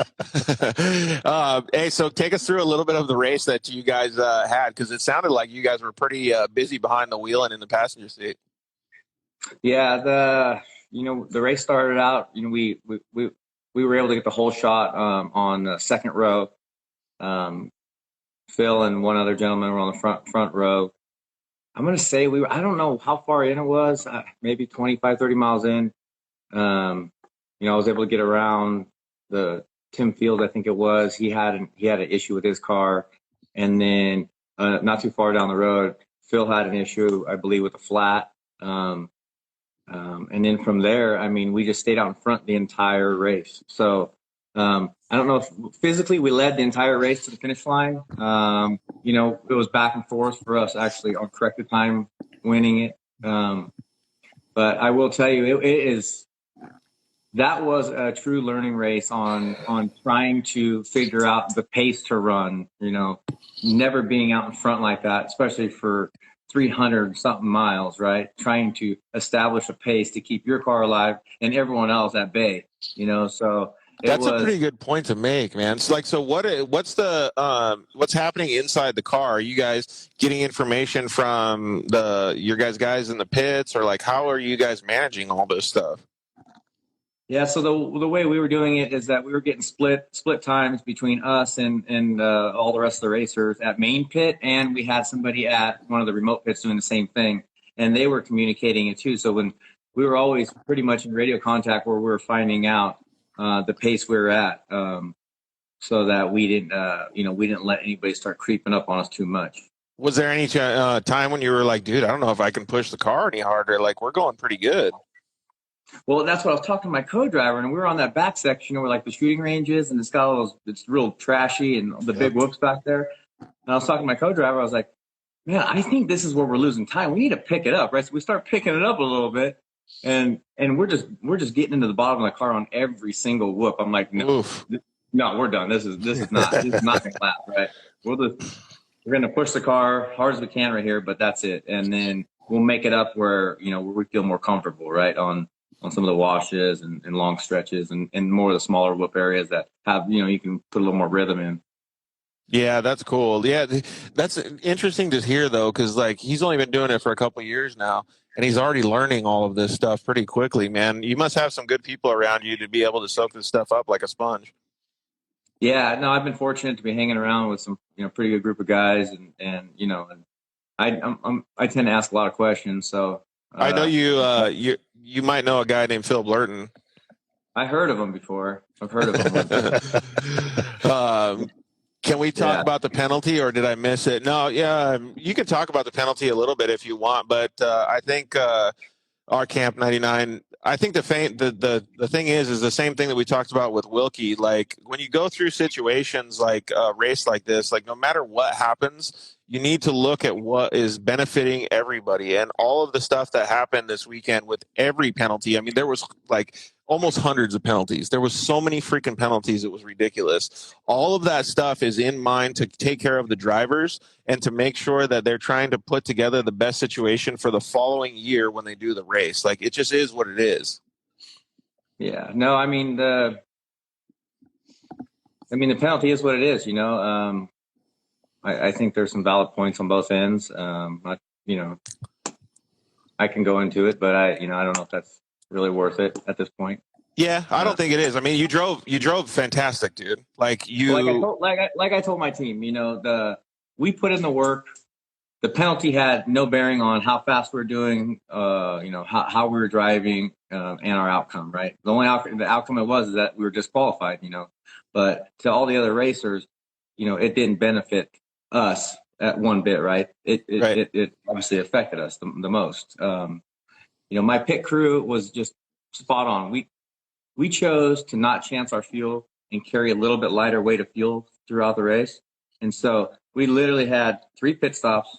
Our first stop was 15 seconds. Our second one was 14 seconds. And our third one was 10 seconds. Dude, can you imagine those types of pit stops? That's insane. That means you must have had good tires. Yeah, we had not one problem with the car. No belt, no tires. Not one single issue except when we were in the slow 25 miles on the back that they added on that paved road.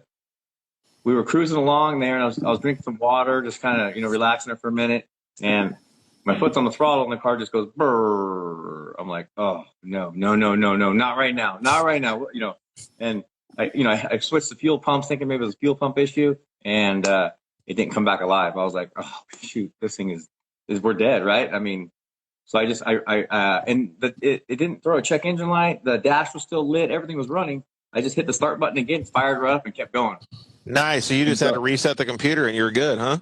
I guess. And so I was talking to my co-driver. I'm like, hey, should we call out to the crew saying that this is the problem we had? He's like, no, don't tell them because they want us to stop. We're not stopping. Let's just keep going. That's the way to do it. That's a good co-dog right there. Yeah, exactly. Don't let anybody freak out. Just keep it neutral. Yeah. No, I mean, I will say, I mean, we pushed hard. There's no doubt we were running a pretty solid pace for the day. And, How was that, though? Since you've never done that before, like, what was the what was the feeling between you guys in the car? Because this is a totally different world for you. You're out front. You're leading pretty much the biggest off-road race in America. And you're like, I don't even know how to say it. You don't know what's on the other side. Like, you've never been there before. Yeah, and that's what I was telling my all the people in the pits, right, about the splits, right? That I needed these splits. I needed to be spot on, I mean, to the second. I needed it, and I want it on corrected time, right? I don't want to figure this stuff out. Give me exactly the splits, right? And I with it all laid out. And, if there's somebody with a pit stop, I want to know after they did their pit stop, right? Yeah. I'm not saying, oh, hey, they're 32 seconds behind you. Oh, but then they still have to pit. Well, no, I want to know it with, you know what I mean? I want somebody watching pits, at every pit, and giving us as much intel we could so that we could make the proper decisions on how fast we're going to push the car. Dude, yeah, that's so good. Some of your buddies, dude, just come. Yeah, Bastards Canteen, our favorite restaurant and veteran-owned restaurant in Downey and Temecula. Matter of fact, I'm thinking I'm gonna head over here after this and get some food. And dude, I'm hungry. Maybe a little cocktail, a little nightcap, whatever.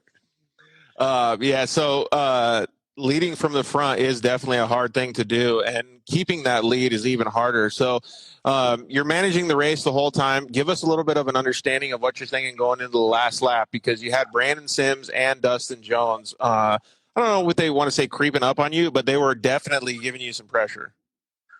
Yeah, no, they were starting to.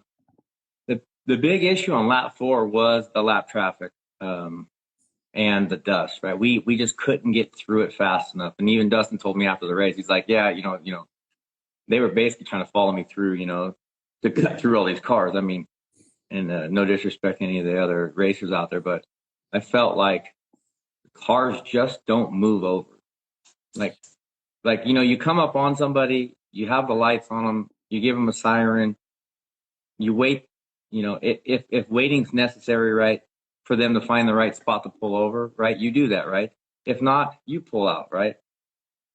Yeah, I mean, I just honestly, I saw that a few times. The percentage was a lot lower than I would have thought.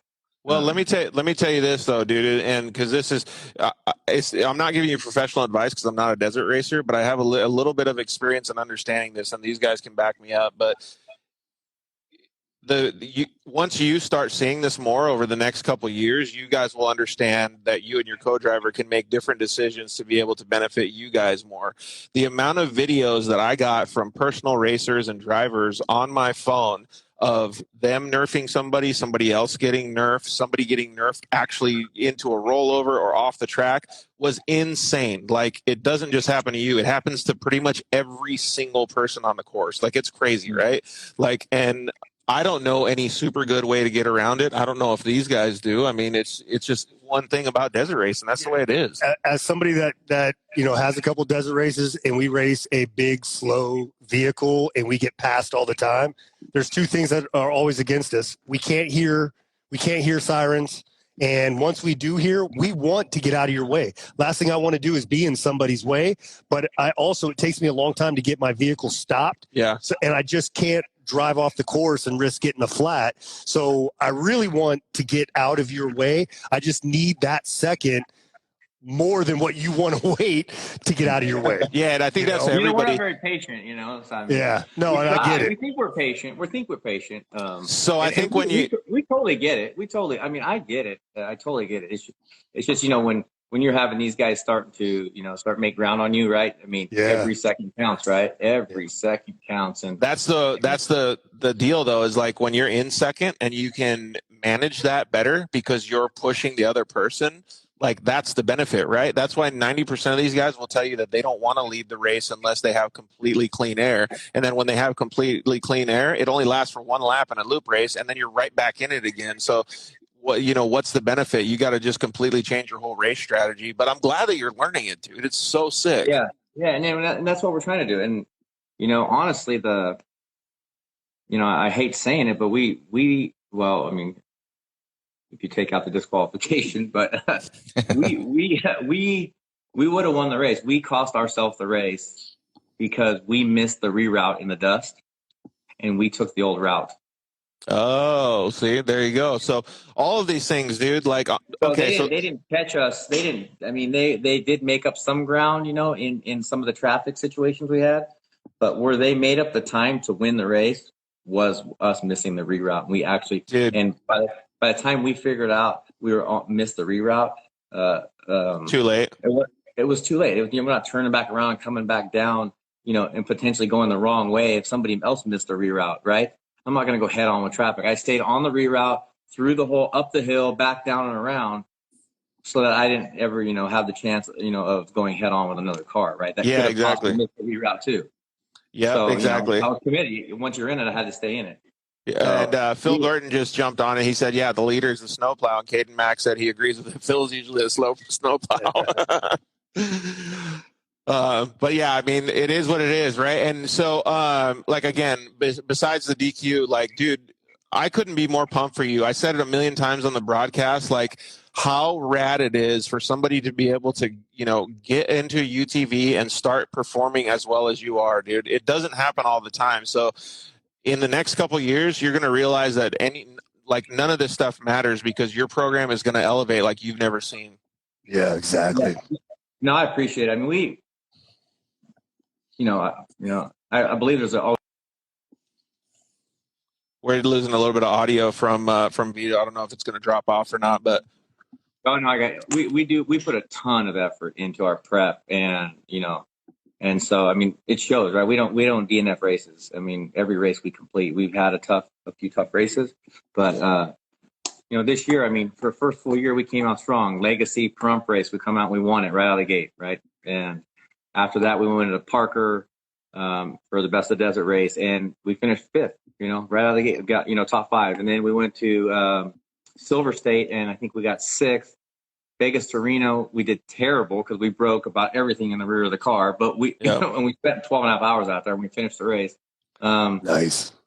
And then let's see, we had UTV, we were eighth, and then we went into the last race of the season at Cal, the Best of Desert, the Cal City race, and won. Yeah. And then what was it? Then we went into the UTV Worlds, placed third, and then we went to Baja with the Blurtons and with Phil, and we were asked to be backup driver there and added chase support for them.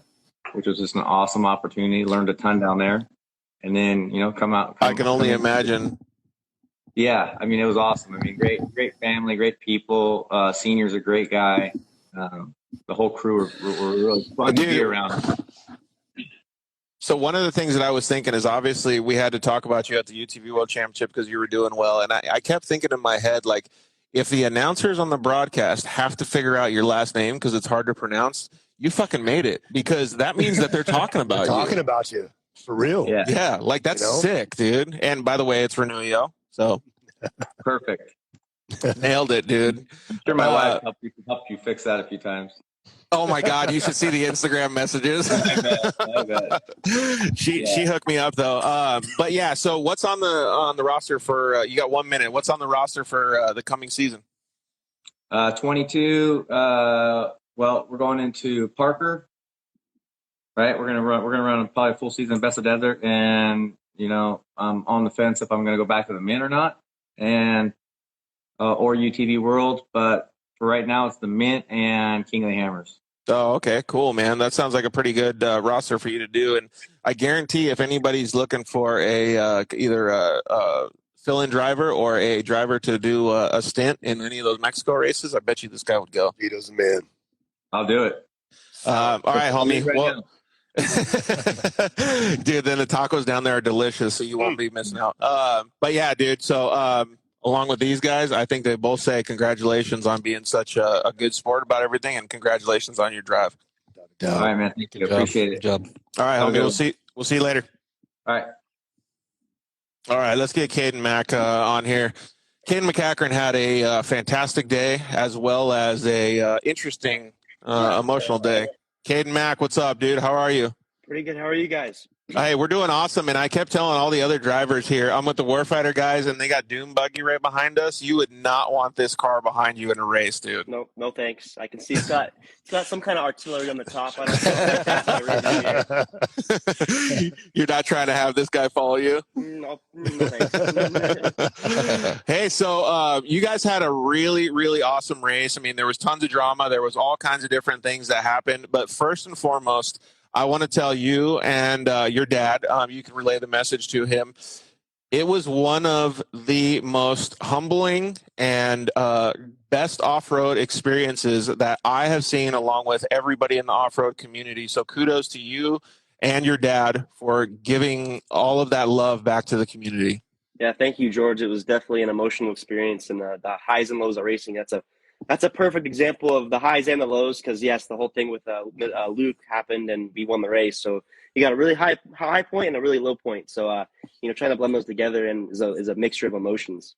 Yeah, exactly. All right, so we're not going to talk too much about that because I really want to know what was going on inside the race car. So I had a few text messages, and dude, it was so rad that Amber was giving me a little bit of feedback while we're in the broadcast booth. We were able to share some of the stuff that you were going through in the passenger seat with the audience. It was like phenomenal, the things that you were going through, and thank you very much to her for doing that. But you guys lost a little bit of valving in the shocks. You guys had some issues with the radio communications, and you guys had to fight through pretty good, but your pace never dropped.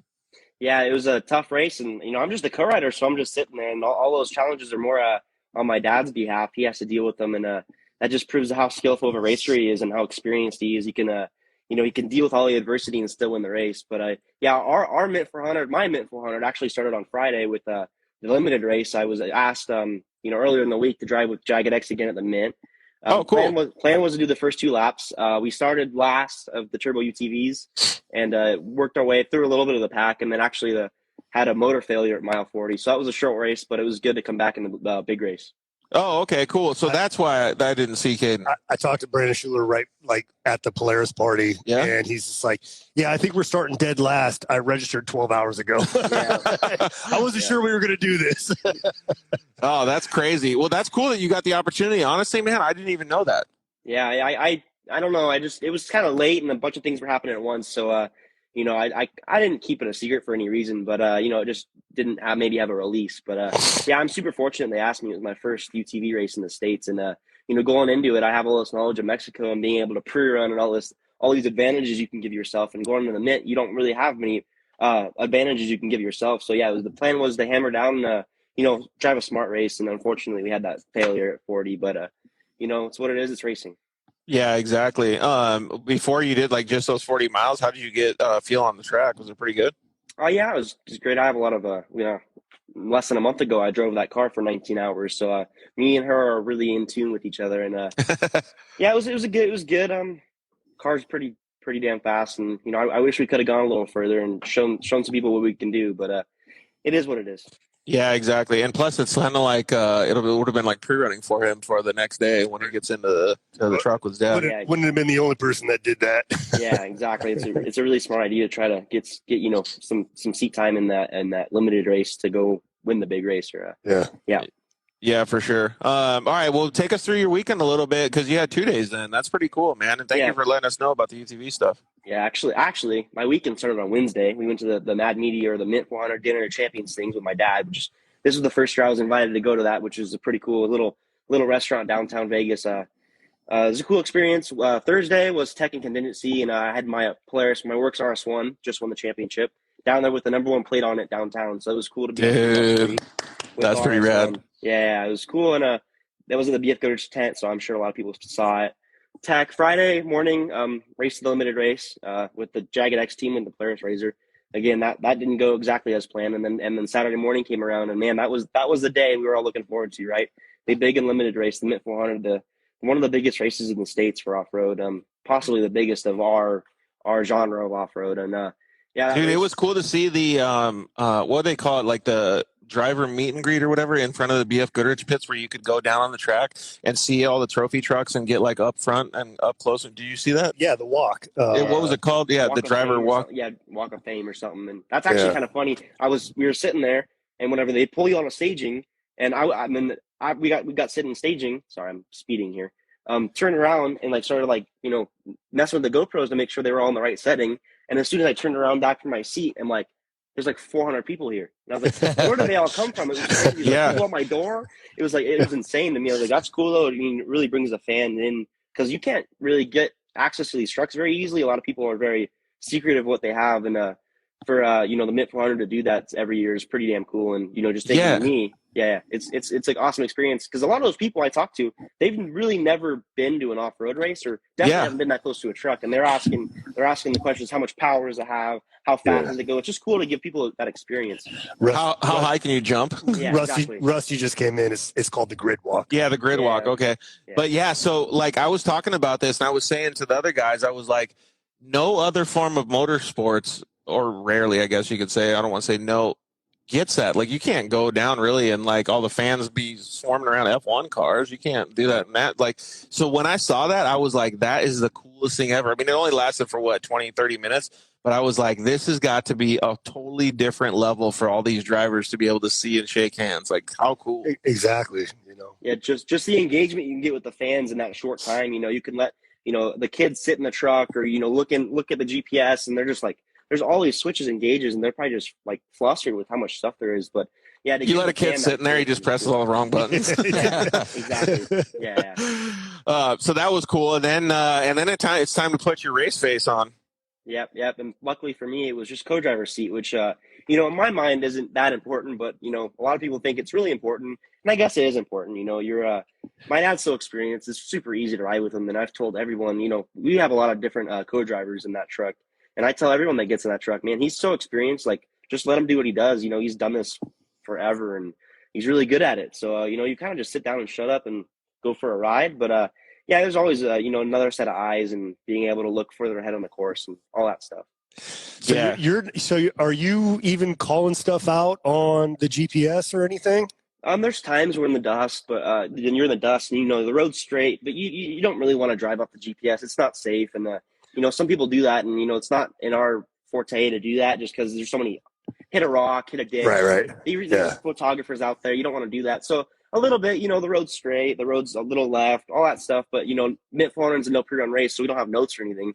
So it's tough, and he can kind of see through the dust, which I don't know how he does it, and I'm sure a lot of people have that same thought. But we're just kind of clicking along at our own pace through the dust. But a lot, we've both been in that desert so much that normally we know every road that we're on and, the landmarks and everything. We're pretty good out there with knowing exactly where we are in the direction.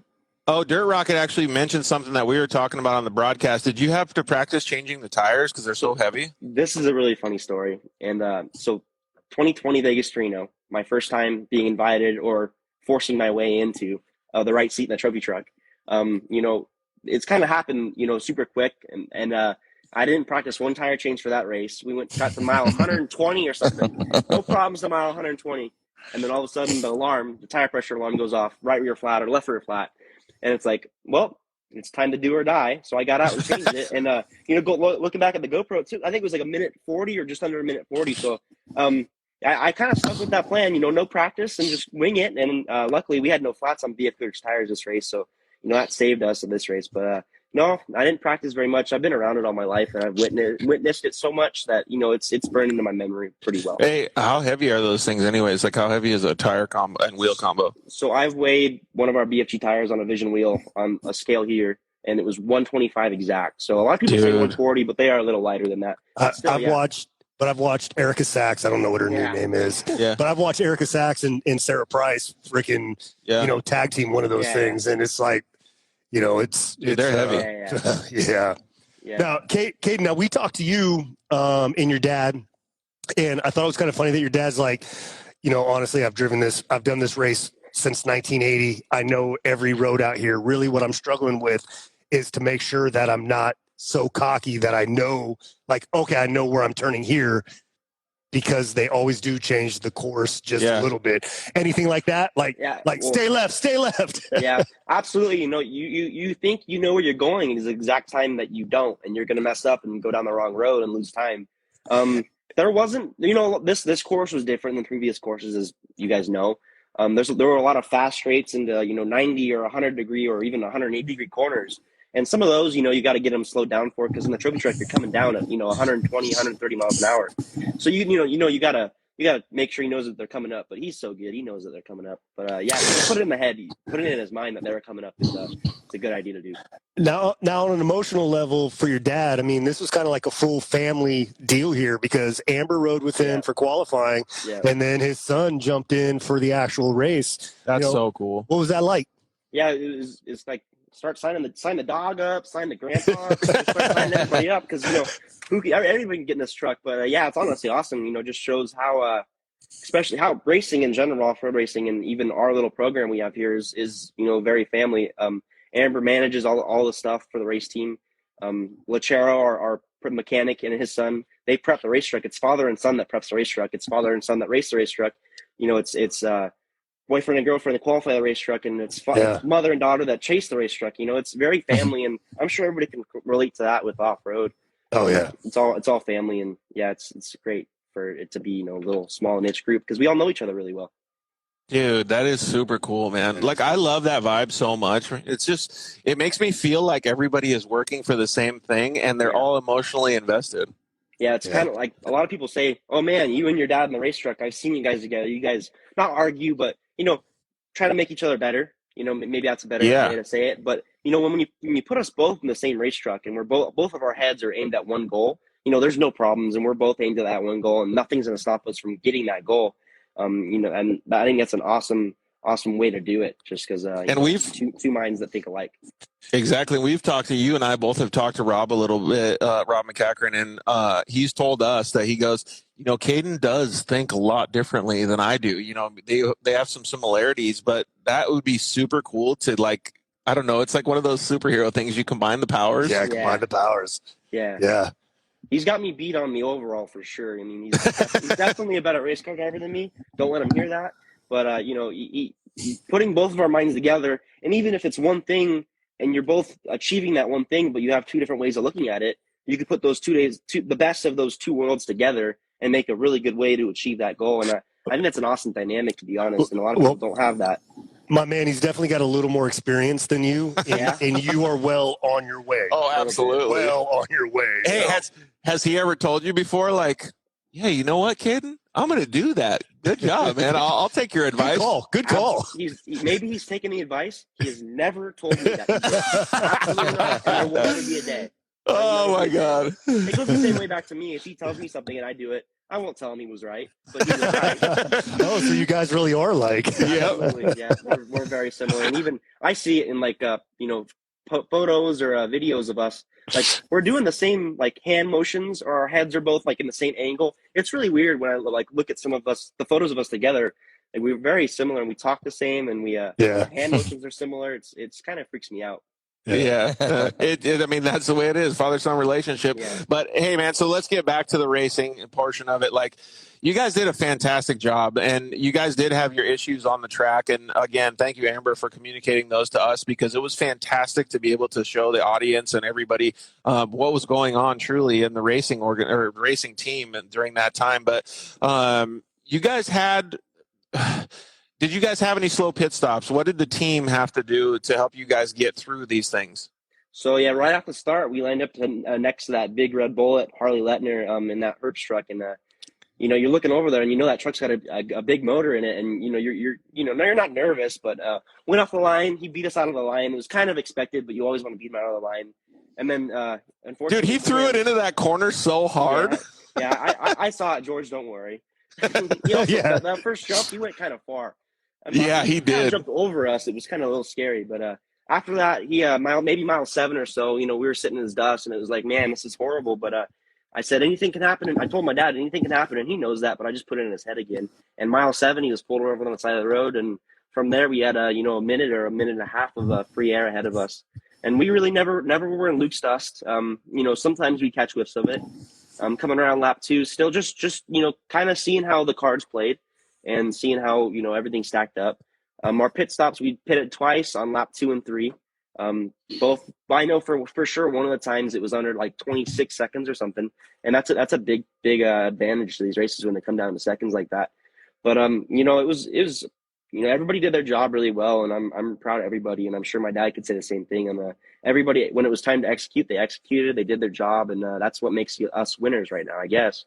Yeah, dude, I agree with that 100%. And then some of the stuff that you faced, like you were text messaging or receiving text on different split times and stuff. How was that inside the car? Because that's got to be a little bit frustrating not having the information immediately. Yeah, it's a problem happens, and the first thing you got to think about is not, dang, we have a problem. Is how do we overcome this problem and not let it be a disadvantage? And that's exactly what we did. And before the race, I made sure my phone was fully charged, and I had the tracking app on my phone, and everything worked. So I can, if anything happens, I could do this. And we had one speed zone was probably 10 minutes long near the end of the lap, and then coming in and out of town, there was maybe a 5-mile long speed zone. And each of those times, I would pull my phone out and text Amber, or try to get a text through to her to get our split times, or to tell her, hey, this is what's going on. And I guess somehow you guys figured out that we were having a little bit of suspension problems through that, which is funny. But yeah, just trying to, overcome the adversity is another good part of the story. Yeah, it made it so good for us to be able to understand what was going on. I mean, like, we're desert racing here, right? Like, things happen, and we want to know that these things happen because it brings such a big value to the program like you guys are operating, and it shows everybody that this stuff is not easy. Like, you don't just cross the finish line and pop champagne. Like, there's so much that goes on, and like you said, how do you beat the adversity that you're facing? Yeah, there's a really lot that goes on. You got to expect the expected and also expect the unexpected. Anything can happen out there when you're going 120 miles an hour or across, the desert. Yeah, a lot of stuff can happen, and you just got to be ready for it. And some people are and some people aren't. So, just making sure that's another big safety thing is, you got to expect the unexpected. Anything can happen. Yeah, and then so when you guys are getting close to the end of the race, like, you guys really picked it up quite a bit. And when I say that, I mean it's only a little bit of speed difference than what you guys were doing. But we saw a few shots on the live feed. Like, you guys are really hauling the mail. I mean, like, when you can make the camera look like it's going fast, you're really, really going fast. So how does that feel for somebody that's never sat in a trophy truck seat before? How does that feel for you? You want me to put what the feeling is into words? I'm just going to say it straight up. You can't put it into words. You can try. It's like a roller coaster, but it's really not. It's uncontrolled. You're not connected to the ground at all. You're just floating. To be honest, it's not harsh. You're just floating, and you're really hauling butt, but you don't realize how fast you're going until you look at the GPS and see you're going 130 or 105 over the whoops. And, it's an awesome feeling and something you definitely can't explain. And it's something you have to experience. But yeah, going out on that last lap 4, we got caught up to a lap class 1 car. And, we followed that 1 car for, 12 or 14 miles. And we had known that Luke had gotten in front of him. And that was mile maybe 15 or 20, we got ahead of them, and we thought our race was over. Rolling into pit 1, we we're still charging. You never give up, but you kind of just bummed that 1 car maybe just took you out of the contention of this race. But we got up there, up north of the course, which is called Hidden Valley, mile 40, 45, and I saw Luke, and I was like, wow, the gold foil part sticker on the side of that truck really shines out, and when the dust outside, and I was like, well, he's there. I could time him with the GPS, the clock on the GPS. I could see, him make the corner, and then I look at the time, and then we could make the corner. So I could see, mile 45, we were 1 minute and 8 seconds behind him. And learning now, he had gotten a flat previous to that. But, the other funny story is when I saw him there, I tried to tell my dad, but his speakers in his helmet were messed up or something. So he didn't even know. He didn't know for another 20 or 30 miles that we were right behind him. And, the first time that my dad saw Luke was the last pit before the finish, which is probably less than 30 miles away, 27 miles away.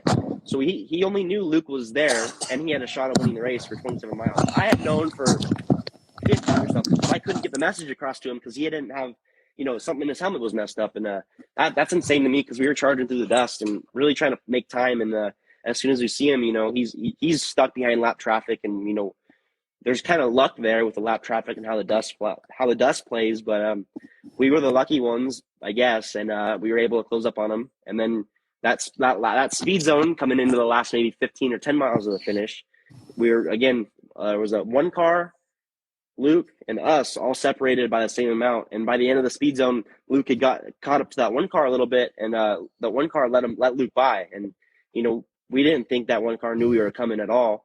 So again, it's like, well, we just lost the race because now there's somebody in between Luke and us, and Luke's getting away now. So again, never give up. We go hit the dirt, wide open throttle, going 100 across the desert, and boom, there goes the 1 car next to us. Barely even saw him in the dust, because it's gloves off, and we have nothing to lose at this point. So we haul butt through the desert, got the 1 car, and then see Luke up ahead, and you're trying to put it in your head, is he a minute ahead? Is he not a minute ahead? And that's the sucky thing about starting so close to each other is we only had a minute to work with the whole time. So, sometimes that dust barrier behind the lead truck is more than a minute. So you might be in the dust, but you're 1.5 minutes or 2 minutes behind them just because the way the wind blows or anything. So, you never know. And then going across the last dry lake, it was just, you couldn't see anything, and you're trying to go fast, but there's power poles, and you don't want to hit a power pole at 100. So you slow down to 40 or 50, and you just kind of cruise through the dust. And then, there's some left, rights, and lefts before the speed zone to get into town, and dust clears, and gold foil part sticker again, and it's like, wow, we're still That's here. crazy. That's crazy, man. Yeah, you're in the speed zone, and it's still not over. That's the lesson my dad always teaches me is it's never over till it's over, and that's a very, very true statement. And got in the speed zone. There was a 6100 truck in front of Luke. We turned right off the speed zone. Then there's a couple of little small silt corners in these big 7,000-pound 2-wheel drive trophy trucks with a ton of power. They get in the silt and they just bury themselves, and you're going 15, just wide open throttle. We had gotten a better run out of one of the 180 corners to Luke, and just got up next to him on his bumper. And at that point, you're thinking, if we just hold up and stay behind him, there's no guarantee we're within a minute of him at the finish. So right there, it all happens so fast. And it's like, well, we have a chance to pass him, so we better well try. And unfortunately, that attempt didn't work out for, either of us, to be honest. And he got the worst end of it, and we feel horrible about it because it's not the way we want to do it at all. And it was definitely not on purpose. And if we'd known, if we just stayed behind him and followed him to the finish, we still would have won. We 100% would have done that. But there was just no guarantee in our heads that staying behind him was going to guarantee us the win because, again, that dust barrier can be more than a minute. And that would suck to know coming in the speed zone, you were leading, and then you decided to just, slow down and just try to drive to the finish and lose. Because, there's still probably 4 or 5 miles of wide open desert before you get to the timing line. So that was 100%. That situation unraveled, and it's a huge bummer. Luke rolled, I think, 2.5 times, and we'd pulled over. We were both, my dad was in tears, and I feel horrible because it's like, man, did that really just happen? It wasn't real. We pulled over. We tried to get the tow strap out to try to, yank him back over, because that's, at that point, if we could go back in time, definitely, would have backed off and just try to let the race come to us. But you guys made those decisions. And so one thing that I'm going to ask you at the end of this interview is what you learned from the whole experience of the weekend, not just the incident that happened, because there was so many positive things that came from it. But I want to know, you guys moved forward, right? And you guys went through and ended up winning the race. But because of the actions that you took, you guys gained respect from one of your fellow competitors. Yeah. There was definitely never any thought of just, dumping them and leaving. Absolutely not. As soon as it happened, it was like, forget the race, forget the win, forget everything. We want to make sure that first of all, they're okay. And we want to get their truck back over because, we feel it's our fault that they're even upside down.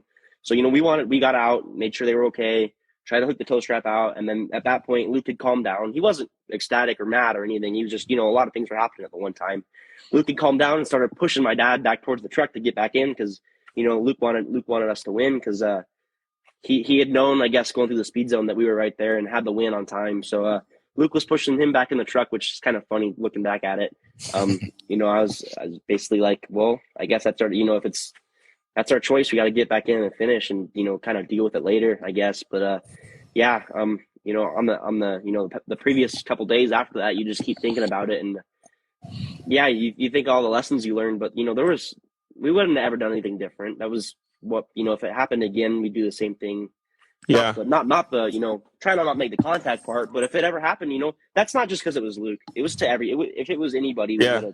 So Ricky Johnson and I both talked about it, and I know that Ricky had some conversations with your dad as well. But I told Ricky, I said, hey, you know what? If we were teammates and we were going through the same thing, you would do that to me and I would do that to you. And he said, without a doubt, this is exactly what racing is all about. It's how you react to those situations. And they reacted completely the best possible way you could. And that's why you guys didn't just gain respect from one of your fellow competitors. You gained respect from the whole community because of the way that you did it, dude.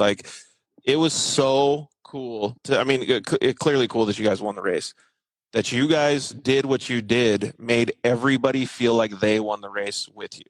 Yeah. And the emotion that was on the winner stage was super high. Obviously, you and your dad were not really happy with the whole situation. And when Luke came up and was just like, you guys are the effing winners, I think that's when everybody was like, yeah, that's when the slow clap started right there. Even before Luke came up and said that, Rob walked over to Matt Martelli and said, you have to penalize me. Yeah.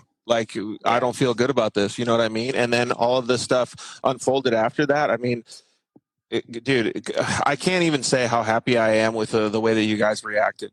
Dude. You and your dad are class acts. It was just a very emotional experience. And, racing's already so intense that when something that emotional happens, it's just a lot on you at once. And, it was definitely difficult getting to the finish line. Our minds weren't thinking that we just won the race. Our minds were thinking did that seriously just happen? And, it did. And you got to move forward with it and make sure everything's okay. And, luckily, Luke's doesn't seem that upset. Maybe he is personally. I don't believe so, but yeah, you got to move on, and it's tough just because Luke's such a the whole McMillan family. All of them, they're such genuine people, and they just won the Bottle 1000 together, and we're BF Goodrich VP. We're teammates. Even me and Luke. Just a really, really, really bad situation to happen, and we wish we could have gone back and make it not happen. But that's with life and everything. You can't go back. You gotta look forward and just overcome your adversities and your problems. And it's hard to do, but yeah. I think that's exactly the answer I was looking for. So I can see that you've learned something from the situation, and Rob will tell you wholeheartedly, and I will agree with him when we talk about this stuff, is you always have to make light of the situation. Everything that you guys have gone through in your occupations, everything that I've gone through in my life, there's always a positive outcome that can be had from every situation, and you're doing the exact same thing, dude. You see what Fish said? What? This is what the outcome's going to be. Luke, here, I'll put it down for you. Fish. Luke probably won't let Rob run his number next year if needed. Yeah, again, and we think of it that way too. warfighter made guys, they've this was just a race. This was just a race. This was just a little rollover. Those guys have seen and experienced so much more, and we try to think we put it in perspective, and really it's not that big of a deal in perspective. It's big in the moment, but everybody's okay, and we're all going to come out of it better. I learned a lot from Luke's response just as well as my dad's. Luke wasn't upset or mad, and that's another thing. I look at it, if somebody ever tips me over or does that to me, don't, it happened. I'm sure they didn't mean it. If they didn't mean it, then I'm sure they didn't mean it. Forgive, forget, try to let go, and it's gonna hurt. It's gonna hurt for a while, but we can go back to the last Lucas Oil short course season when your dad tangled with Impudia and wrecked, and your dad was pissed, and he went over to Impudia's pit and wanted to have some words with them. So I think there's definitely some differences between the real deal, bad intentions and or situations, and the way that Luke came up, Luke's probably the same as you. I wish that hadn't happened, but everyone handled it like a class act. It couldn't, for that situation, it couldn't have happened any better. Right. Absolutely. And I had the ability to be up on the stage, and right before Rob and Caden drove off, I walked up to his window and I looked in that vehicle, and both those guys were emotional. Right. And I couldn't figure out if they were emotional because they won or if they were emotional because of how they won. And I still kind of feel like they were emotional because of the situation that happened just before getting up there. Right. Rob was not happy about it at all. Right. Even now to this day, to me, I'm sure to him, it doesn't feel like we won the mint. It's still, there's a black cloud hanging over it, and it sucks, but it's the way it is. There was, there was no celebration. It was very somber, and sad that it had to be that way, but it was, and you just got to deal with it that way, and it happened. So.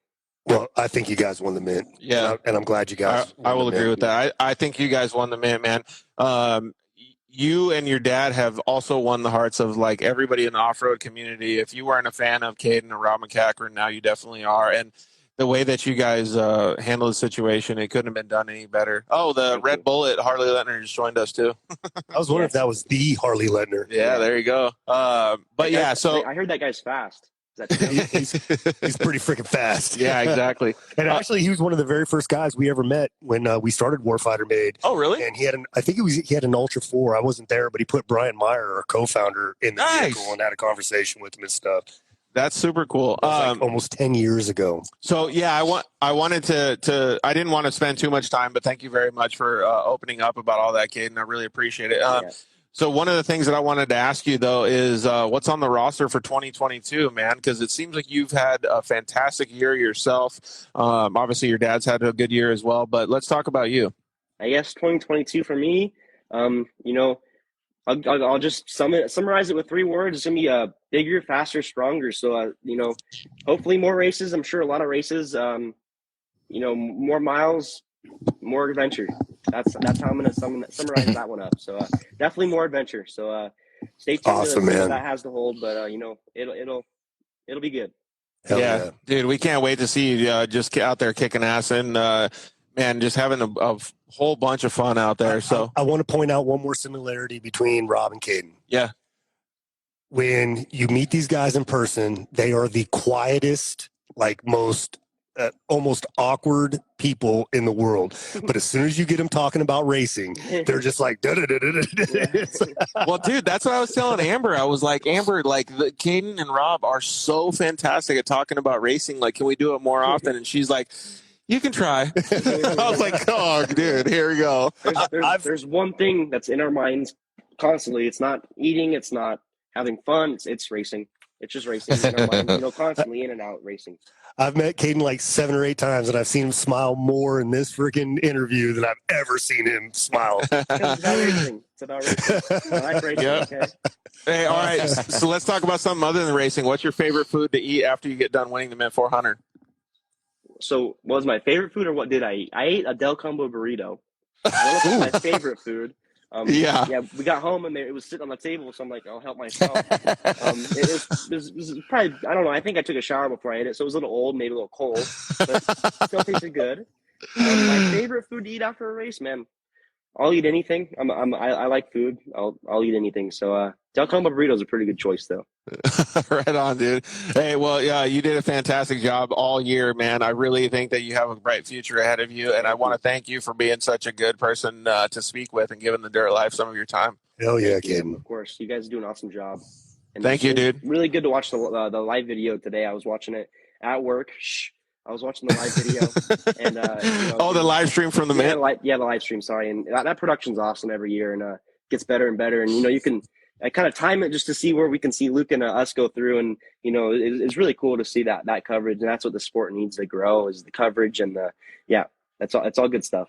Yeah, we were talking about that too, and I got to tell you, man, like we couldn't have done it without all of the fabulous racers that were supplying me info, man. My phone was blowing up all day, and it made me look good on air because I was able to relay all this information. Like, so all of the stuff that Amber did and all these other racers, like I couldn't have done my job any better without them. Like, you guys were all fantastic for being so open about your guys' programs. Like, I hope that can continue in the future because it was really cool for the fans. Yeah, it didn't dawn on me. I should have just FaceTimed you or texted you or something. Yeah, he's going through that.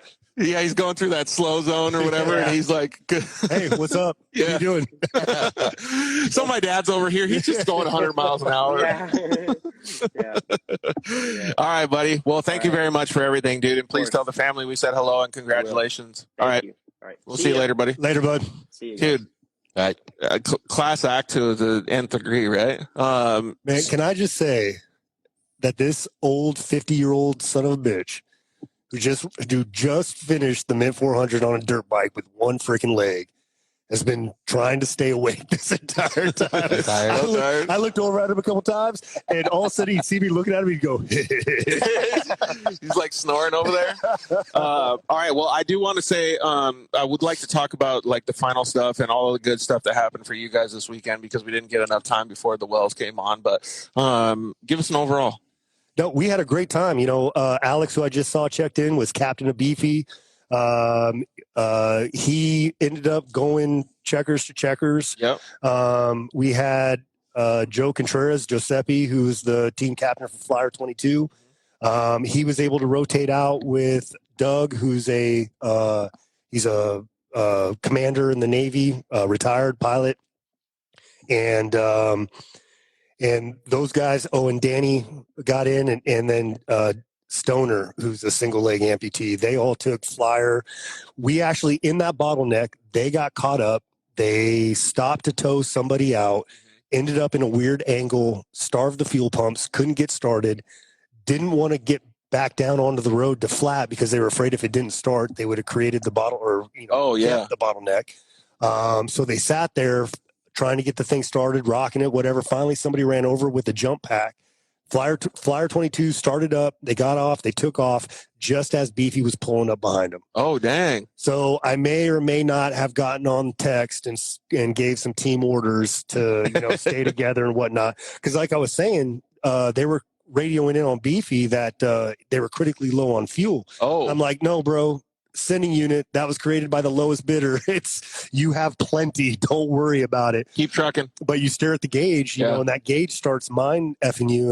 And so I was like, put tape over the gauge. You got plenty. And they finished 1-2 right behind each other. It was like literally Alex just showed video or just played a video. You can see the fire go from 22 going over the finish line. Yeah. And then right there, Beefy starts going up the face and it fires another fire. Yeah. And that's it. So I remember seeing those guys come across the finish line and I was like, yes. But then we also had Tim Hall, the double leg amputee, with Kara, kind of a quad, Kara Barron. And those two were having issues on the first lap and got it all sorted out. Came in, Kara jumped in. She ran a really good lap. And then they came back around and Tim jumped back in and they got a Grand Prix finish, but anybody that's ever driven the freaking Mint, a finish is a freaking finish. That's a huge finish, man. Yeah, and especially when you have a double leg amputee and a quadriplegic racing. I mean, it's there's some trials. I'll take it any way I can get it, dude. Exactly. So, and then obviously our man Mitch here still crushed it on his dirt bike. I mean, if there's anybody we're proud of, it's Mitchy boy here. See that dirt bike over there? This guy. It's hammered, but it Yeah. worked flawlessly. Honestly. She's looking pretty good still, though. Yeah. All right. Anything you want to say to everybody before we jump out? Hey, just thanks for everyone's support for Warfighter Made. Thanks for tuning into the Dirt Life Show. I mean, you guys are giving us a platform to speak and introduce new people to off-road, and it's awesome. So, Oh, wait, we got a couple questions here from here we go. McMurrin Off-Road. Hey, I know who McMurrin is. Oh, you do? Saw flyer stopped on the side of the course before dark. What happened? I think that's probably what we were talking about. We had an axle issue. And but then also if they were at a weird angle when you saw them, it was probably because they starved the fuel pumps and they were just trying to get it started. Oh, good. The Desert Squadron guys said that they were working with Kara too. Yeah, Desert Squadron actually commented a bunch of stuff. I can't remember. Oh, he was making a joke about Caden being upset that he only made it 40 miles, and then Desert Squadron came in and said 40. That's 16 more than we know. Poor guys, So, man. And a lot of guys had that same issue. And the man and just, of course, my man Caden Danbury, he's all up here. Yep. So, Thank you guys very much for joining us. We're going to post a video about you, Desert Squadron and John, in a little bit here. So we really appreciate you guys joining us. Thank you for supporting Mitch at the race. Thank you for always supporting Warfighter Made, like Rob said. We really appreciate you guys supporting the Dirt Life. We love you. Good night. good night. Thanks for listening to the Dirt Life Show.